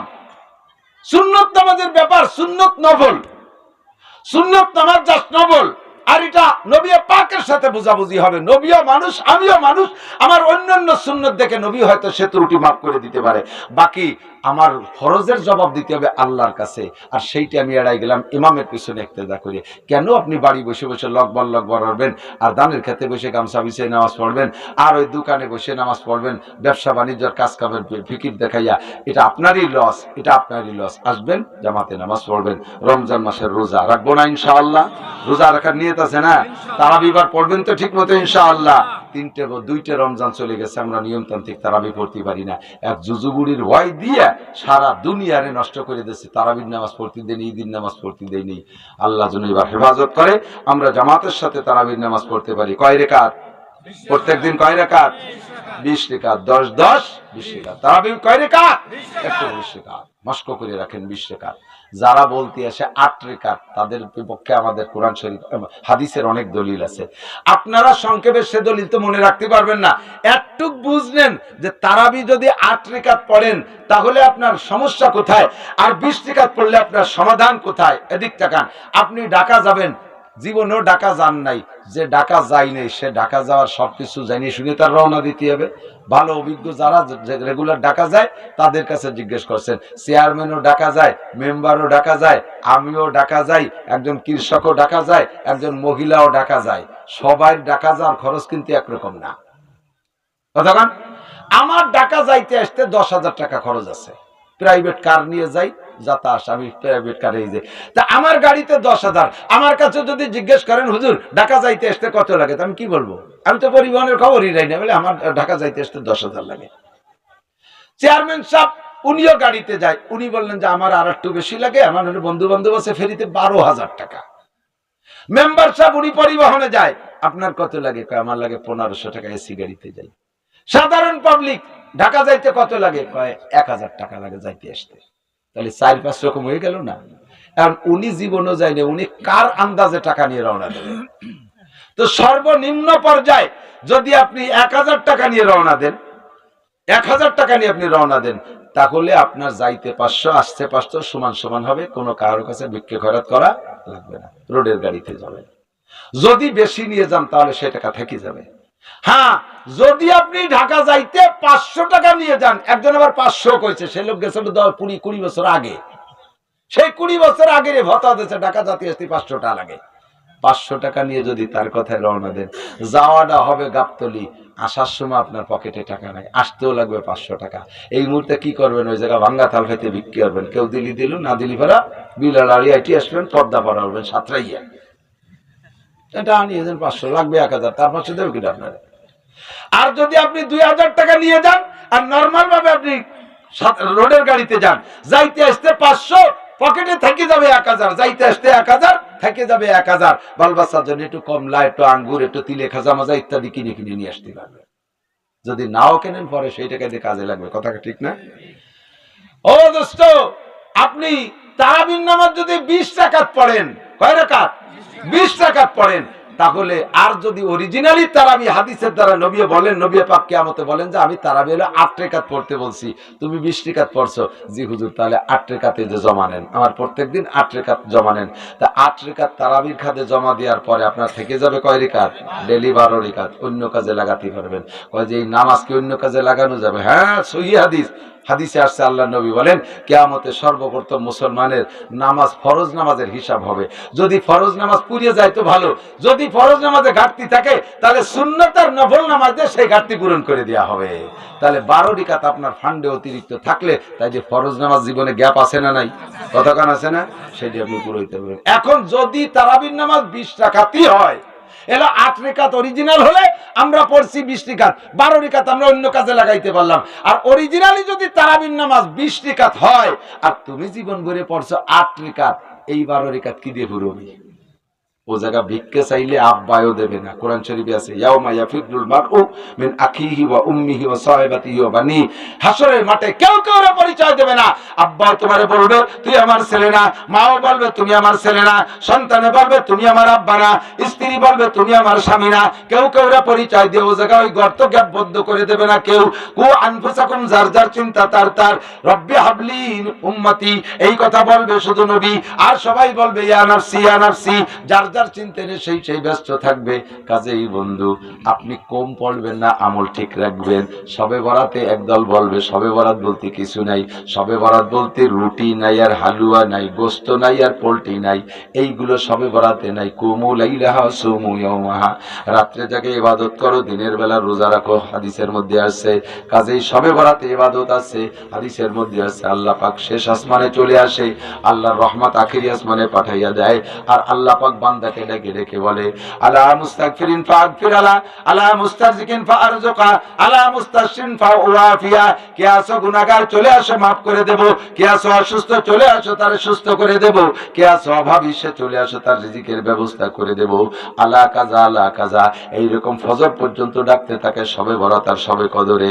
কাজেই শবে বরাতে ইবাদত করব। যদি অরিজিনালি শবে বরাতে ইবাদত না থাকে তাহলে আমার ইবাদত করা থাকলে অন্য কাজে লাগাবো, আর যদি ইবাদত থাকিয়েই যায় আর আমি যদি ইবাদত না করি তাহলে জবাব দিতে পাইব কোন জায়গায়? তবে হালুয়া রুটি পোল্ট্রি গরু এইগুলো জায়েজ নেই। এই রাত হলো না খাওয়ার দিন, হলো না খাওয়ার দিন, আর রাত হলো কান্নাকাটির দিন। রাতভর কাঁদবেন, দোয়া করবেন আল্লাহর কাছে, আর দিনভর নাকে রোজা রাখবেন। ইফতারির সময় আপনাকে আল্লাহ পাক যা চাইছেন সব দিয়ে দেবে। আর এরপরে রমজান মাস সব ইবাদত সহ করব, সাধ্য অনুযায়ী যে যাকে পারবো একে অপরকে ইফতার করানোর চেষ্টা করবো, পারবো না ইনশাআল্লাহ। এলো সুসংবাদ গেল। এবার নাজির কি? আল্লাহ পাক রব্বুল আলামিন বলেন দোস্ত, একটা ভয় তুমি দেখায় দাও উম্মতকে, সেটা হলো আল্লাহ পাক বলেন ইন্নাল মুনাফিকিনা ফিদ দারকিল আসফালি মিনান নার। নবী একবার সাহাবায়ে কেরামদেরকে নিয়ে বৈশা কথা বলতেছে, এর মধ্যে অপরিচিত একটা শব্দ মাটির নিচ থেকে বের হয়ে আসছে। অপরিচিত শব্দ মানে টিনে টিনে বাড়ি দিলি কেমন শব্দ হয় আমাকে জানা আছে না? কাঠে কাঠে বাড়ি দিলি কেমন শব্দ হয়? দুটি হাতে হাতে বাড়ি দিলি কেমন শব্দ হয়? এটা আমাদের জানা আছে। একটা গামছা ঝাড়া দিলে কাপড়ের বাড়িতে কেমন শব্দ হয়? এই জাতীয় কোনো শব্দ না, নিচ থেকে একটা শব্দ আসছে, যেই শব্দটা সারা দুনিয়ার মানুষে সেদিন অনুভব করেছিল। এই শব্দটা ঘটছে ওই দিন। সবাই আতঙ্কিত, মদিনার চতুর্দিক দিয়ে হুজুরের কাছে লোক চলে আসতেছে। হুজুর ও জিম ধরে গেছেন। হুজুর সাহাবায়ে কেরামদেরকে বলে, আসামিতুম সাউতান, একটা শব্দ শুনেছ? জি হুজুর শুনেছি। আমা সামিতা, আপনি শুনেছেন? আমিও শুনেছি। সাহাবায়ে কেরাম, আইয়ু সাউতিন হাযিহি, শব্দটা কিসের শব্দ? হুজুর বললেন, আল্লাহ তাআলা যেদিন জাহান্নামকে কমপ্লিট করেছে বানাইয়া, সেই দিন জাহান্নামের উপর থেকে একটা পাথর ছেড়ে দিয়েছে ওর নিচের দিক যাইতে, সেই দিন থেকে পড়তে পড়তে আজকে মাত্র এই মুহূর্তে পাথরটা তার নিম্ন তলদেশে গিয়ে পৌঁছলো। সাহাবায়ে কেরাম বললেন, হুজুর পাথরটা কতটুকু ওজন, কেমন? হুজুর বললেন, পাথরটা এতটুকু ওজন যে পাথর যদি দুনিয়ার উপরে রাখা হইতো আর সমস্ত মখলুক মানুষ ও জিন সহ সমস্ত প্রাণীর সাথে সহযোগিতা কইরা উঁচা করতে চেষ্টা করলে 1 আঙ্গুলের বেশি উঁচা করতে পারতো না। এত বড় ওজনওয়ালা পাথর রে জাহান্নামের উপর থেকে ছেড়ে দিয়েছে, আর এই লক্ষ লক্ষ বছর পরে আজকে আইসা নিচেই পড়লো। তাহলে জাহান্নাম কত গভীর! আমাদের এই বাড়ির পাশের পুকুরের সমান, ইন্দারার সমান, আমাদের আটলান্টিক মহাসাগরের সমান, কত গভীর! সাহাবায়ে কেরাম বললেন, হুজুর এই পুরো জাহান্নামী তো মানুষদের ভরা থাকবে, তো নিচেই কারা থাকবে? যারা উপরে থাকবে তারা নবীদের নজরে পড়বে, সুপারিশ করে নিয়ে যাবে। সাহাবায়ে কিরামদের নজরে পড়বে, সুপারিশ করে উঠে নিয়ে যাবে। আব্দুল কাদের জিলানীর নজরে পড়বে, সুপারিশ করে উঠে নিয়ে যাবে। সদর সাহেবের নজরে পড়বে, সুপারিশ করে নিয়ে যাবে। যারা উপরে উপরে চোখে পড়বে, এই নিচে যারা পড়ে থাকবে তাদেরকে তো কেউ দেখবে না। কতক্ষণ আপনারা আমরা মাঝে মাঝে জেল খাটা মানুষ আছেন না, 2-6 মাস আজত টাজত খাটছেন, ফিরে আবার বার হয়ে আইছেন না, নিজ যোগ্যতা বেরোয় নাই, বাইরে আপনাদের আপনজনরা আছে, সুপারিশ করে টেরে বের করছে। প্রত্যেকে যারা গেছেন জেলখানায়, আমার একটা সাক্ষী দেন, প্রত্যেকটা জেলখানায় এমন কিছু কয়েদি পড়ে আছে যাদের পক্ষে সুপারিশ করার মতো কেউ নেই। যারা এই জেলখানায় আছে যে এটা তাদের কোনো আপনজনরা জানে না, হয়তো মরে গেছে বলে মনে করে চুপ করে রয়েছে। ওই ঢাকার থেকে এক গাঁজাখোর ধরা পড়ছে, তারা সেই জায়গাতে চালান দিয়ে গোপালগঞ্জের জেলখানায় দিয়ে দিয়েছে। তার গার্জিয়ানরা কোনোদিনও জানে না, তাদের কোনো ডাটা সংগ্রহ করতে পারে নাই, আজীবন জেলখানার মধ্যে পড়ে থাকে, ওদের সুপারিশ করার কেউ নেই। তো জাহান্নামের মধ্যে নিচে এক শ্রেণীর মানুষ পড়ে থাকবে, হুজুর এদেরকে তো কেউ খবর নেবে না, অর্থাৎ কত নিচে, এরা কারা? হুজুর বললেন, ইন্নাল মুনাফিকিনা ফিদ দারকিল আসফালি মিনান নার, কোরআন শরীফের আয়াত। মুনাফিক যারা তারা থাকবে ওই নিচেই পড়া, যারা মুনাফিক তারা নিচেই পড়ে থাকবে, কাফের থাকবে মাঝে, ইমানদার মুসলমান যারা গুনাহ করছে গুনার কারণে তারাও পড়বে জাহান্নামে, তবে তারা থাকবে উপরে উপরে। ভালো মানুষের নজরে পড়বে, সুপারিশ করে বের করে নেবে। আলেম উলামার সাথে সম্পর্ক রাখছো, সুপারিশ করে বের করে নেবে। একজন আলেম, একজন দিনদার মানুষ, জান্নাতি মানুষ, তারে দুনিয়া গিলাস পানি খাওয়াইছো, সেইটা দোহাই দিয়ে তুমি তার কাছে সুপারিশ চাইবা, সে তোমারে সুপারিশ করে নিয়ে যাবে। মিষ্টি ভাষায় কথা বলছো, ভদ্রতার সাথে আচরণ করেছো, হযরত মাওলানা আব্দুর রাজ্জাক সাহেবের সাথে, মাওলানা নিজামুদ্দিন সাহেবের সাথে, কাশিয়ারি হুজুরের সাথে, চন্দ্রদিগের মোহতাম সাহেবের সাথে, এই সমস্ত ভালো মানুষ যদি জান্নাতি হয় তোমারে সুপারিশ করে নিয়ে যাবে। কিন্তু তলে পড়ে থাকবে যারা, তারা হলো মুনাফিক। কাফেরও না মুমিনও না, ওরা মুনাফিক। মুনাফিক কাকে বলে? এবার সাহাবায়ে কিরাম বলেন, ওগো নবী এই মুনাফিক কারা একটু চিনাই দেন, আমরা আবার মুনাফিক হয়ে গেলাম নাকি? আল্লাহর নবী বলেন, আয়াতুল মুনাফিকা সালাসা, মুনাফিকের আলামত 3টা। মস্ক করেন কয়টা? 3টা। 1 নম্বরে ইজা হাদ্দাসা কাযাবা, কথা কইলে কথায় ফাঁকে ফাঁকে মিথ্যে কথা কয়। সমাজে অনেক মানুষ এরকম প্রসিদ্ধ আছে যে 100-100টাই মিথ্যে কথা কয়, ফাঁকে যদি কোনোদিন সত্যি কথা একটা কয় তাও মিথ্যের দাপটে তাকে বিশ্বাস করে না। আছে না নাই? মিথ্যে কথাই তাদের আত্মরক্ষার হাতিয়ার। মিথ্যে কথা বলা এটা মুনাফিকের আলামত। ইজা হাদ্দাসা কাযাবা। 2 নম্বরে ওয়াইদা ওয়াদা আখলাফা, ওয়াদা করে খিলাফ করে, ওয়াদা করে খিলাফ করে। টাকা নেছে শুক্রবারে দেবে, বছরের মধ্যে শুক্রবার আসে না, দোকানেতে বাকি খাইছে আর ফিরে সামনে বাজারে আইছে দেবে, এবার বাজার পাল্টাই অন্য বাজারে বাজার করে। লেনদেনে মিথ্যে কথা কয়, ওয়াদা খিলাফ করে, যে কোনো কারণে ওয়াদা খেলাপ করে। এই ওয়াদা খেলাপকারী মুনাফিক, এইটা জাহান্নামের তলদেশে থাকবে। 3 নম্বরে ওয়াইজা তুমিনা খান, যার কাছে আমানত রাখা হয় আমানত খেয়ানত করে। মেম্বারের কাছে ওয়ার্ডের আমানত খেয়ানত করে, গরিবরে যথাযথ দেয় না। চেয়ারম্যানের কাছে ইউনিয়নের আমানত, এমপি সাহেবের কাছে সিটের আমানত, মন্ত্রী সাহেবের কাছে মন্ত্রণালয়ের আমানত, এই প্রধান শিক্ষকের কাছে পুরো স্কুলের আমানত, প্রধান শিক্ষকের কাছে মাদ্রাসার আমানত, মসজিদের কেশিয়ার কাছে মসজিদের আমানত। এই আমানতের সাথে যারা খেয়ানত করে এই মানুষগুলো হলো মুনাফিকের 3 নম্বর। এরাও জাহান্নামের তলদেশে পইড়া থাকবে। মসজিদের ক্যাশের টাকা দিয়া সুদের পর লাগায় খায়। সুবহানাল্লাহ। মনে করেন যে বানাই কই, আসেন আমার সাথে ঘোরেন, কত তাদের দেখবেন। মসজিদের ক্যাশের টাকা দিয়ে দোকানের চালান বানাইয়া ব্যবসা করে, মসজিদের ক্যাশের টাকা দিয়ে জমি বন্ধক রাখে। মসজিদ কয় যে আরে সময় মতো পালি হলো। মিয়া, মসজিদের আমানত মনে রাখেন, প্রত্যেক আমানতের মশালা এই কমিটির সাথে পরামর্শ করা ছাড়া খুচরো টাকারে আলাম বানাতে পারবেন না, আলাম টাকারে খুচরো ভাঙাতে পারবেন না। কমিটির সাথে পরামর্শ ছাড়া ক্যাশিয়ারের এই ক্ষমতা নাই। যদি পাল্টাইও ব্যবহার করেন তা আপনার কবিরা গুনাহ হবে, মশওয়ারা না করিয়া। এত হেফাজত করতে হবে কমিটি। আর সেই ক্যাশের টাকা দিয়ে জমি বন্ধক রাখে, মাইয়ের বিয়ে দেয়, সালের মুসলমানি, নিজের মুসলমানি, কত তাজে সারে সেই টাকা দিয়ে দোকানে পুঁজি বাড়ায়। হঠাৎ করে দেয় একদিন কারেন্টের তার সংযোগ মিস করিয়া বাস আগুন ধরিয়ে গেছে। সারা জীবন বলে যা খাইছি সব দুনিয়া জাহান্নামে পোড়াই দেবে। 4 নম্বরে আরেকটা হাদিসের ভিতরে আছে, হুজুর বলেন ওয়াইদা তাকাল্লামা ফাজারা। মুনাফিকের আরেকটা আলামত হলো কথায় কথায় গালাগালি দেয়, কাজাকাজি দেয়। একেবারে ওজিফার মতো হয়ে গেছে, মানে এমন ভাবে মিক্সার করে বেড়াইছে কথা আর গালাগালি। ও নিজেও টের পায় না যে মাঝে একটা বকালি দিছে। ওরা লুকমত ভাই কাজালিকা কক কাজাইছি, এগুলো সেট হয়ে গেছে, অনায়াসে সেট হয়ে গেছে, কথার তালে তালে আসে। কতক্ষণ গুনাহ করতে করতে অভ্যাস হয়ে গেলে গুনারে গুনাহ মনে হয় না, কাজাইতে কাজাইতে অভ্যাস হয়ে গেলে কাজানিরে কাজানি মনে হয় না, ইবাদত করতে করতে অভ্যাস হয়ে গেলে ইবাদতে কষ্ট হয় না, আর ইবাদত না করতে অভ্যাস হয়ে গেলে ইবাদত করতে কষ্ট হয়। ইবাদত করতে করতে অভ্যাস হয়ে গেলে ইবাদত না করতে কষ্ট হয়। যারা নিয়মিত নামাজ পড়েন মসজিদে, কারণবশত যদি ফজরের নামাজ কোনোদিন পড়তে না পারেন, বাইরে বেরোতে ভয় লাগে কিনা? লাগে না? যারা দাড়ি রেখে বড় করে ফেলাইছেন, এখন দাড়ি কাটতে কষ্ট লাগবে কি লাগবে না? যতদিন কাটতেন তখন রাখা শুরু করতে কষ্ট যেমন লাগতো, এখন তার চেয়ে বেশি কষ্ট লাগবে কাটতে। প্রত্যেক জিনিস অভ্যাসের পর নির্ভর করবে। ইবাদত করতে করতে অভ্যাস হয়ে গেলে আর ইবাদতে কষ্ট হয় না, খালি মজা আর মজা। গুনাহ করতে করতে অভ্যাস হয়ে গেলে গুনাহ ছাড়তে বোঝা যায় না, গুনারে গুনাহ মনে হয় না, তখন গুনাহ ছাড়তে কষ্ট লাগে। বেপর্দা করতে করতে অভ্যাস হয়ে গেলে মহিলাদের পর্দা করতে কষ্ট হয়, আর পর্দা করতে করতে অভ্যাস হয়ে গেলে বেপর্দা করা সম্ভব হয় না। একজন পর্দানশীল মেয়েকে পুরুষের মধ্যে ডাকবেন, মরে জাতি রাজি তবু যাইতে রাজি না। একজন খাস পর্দানশীল মহিলা গর্ভবতী হইলে সে যে কি কান্নাকাটি করে, আল্লাহ আমার যেন সিজারে যাইয়া পর পুরুষ ডাক্তারদের সামনে আমার ইজ্জত খুলে দিয়ে না লাগে। আবার বহুত মহিলা আছে বাচ্চা পেটে আসার আগের থেকে, আসার সাথে সাথে পয়সা গুছায় স্বামীর রেড সিগন্যাল দিয়ে দেয়, আমি কিন্তু সিজার করে বের করবা, আমি অন্য কষ্ট করতে পারবো না। তো সিজার করতে দেবে কে? সিজার কি তো স্বামী নিজেই করে নাকি? কাশি দিয়ে ভেড়িয়ে দিলি হবে না?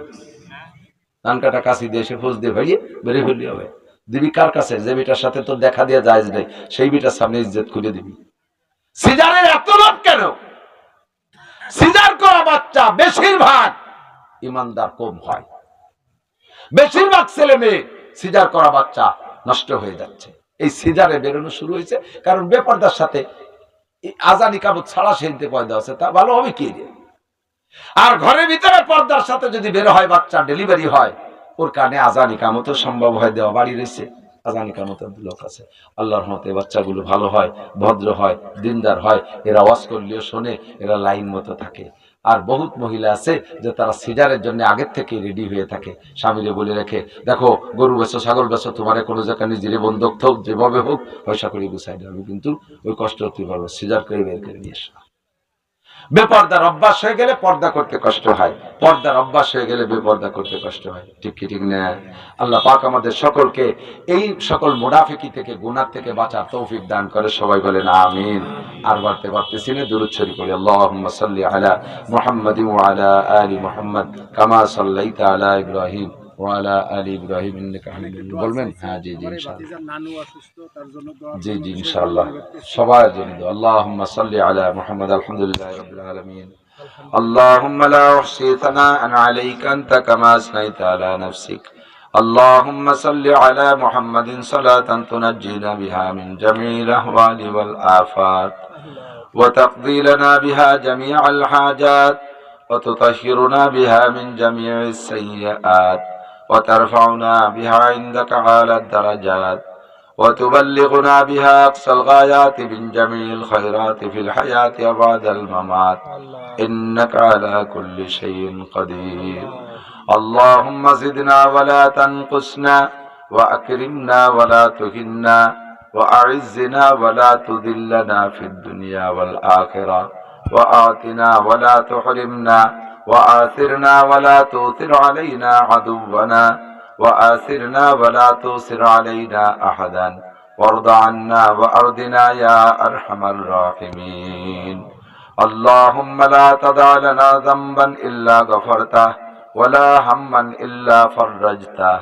ولا دينا إلا قضيته ولا مرضا إلا شفيته ولا حاجة من حوائج الدنيا والآخرة هي لك رضا إلا قضيتها يا أرحم الراحمين ربنا هب لنا من أزواجنا وذرياتنا قرة أعين وجعلنا للمتقين إماما মেহেরবান আল্লাহ রজব মাসের একেবারে আখেরি রাত্রে আগত শাবান মাস আসতেছে মহামূল্যবান রমজান মাস মূল্যবান মাসের মূল্যবান রাত্রে জুমার রাত্রে এই এলাকার তোমার নেককার দিনদার ইমানদার পরহেজগার বান্দা বান্দীদেরকে সাথে নিয়া মজলিসের মধ্যে সবচেয়ে বড় গুনাহগার আমি ভিক্ষার দোকানে হাত তুলেছি দয়া করে এই মুহূর্তে আমাদের গুনাহ খাতা তুমি মাফ করে দাও যত গুনার আলোচনা এখানে করেছি সব গুনাহ আমরা করে থাকি কতবার যে তওবা করলাম নফসের সাথে শয়তানের সাথে পারি না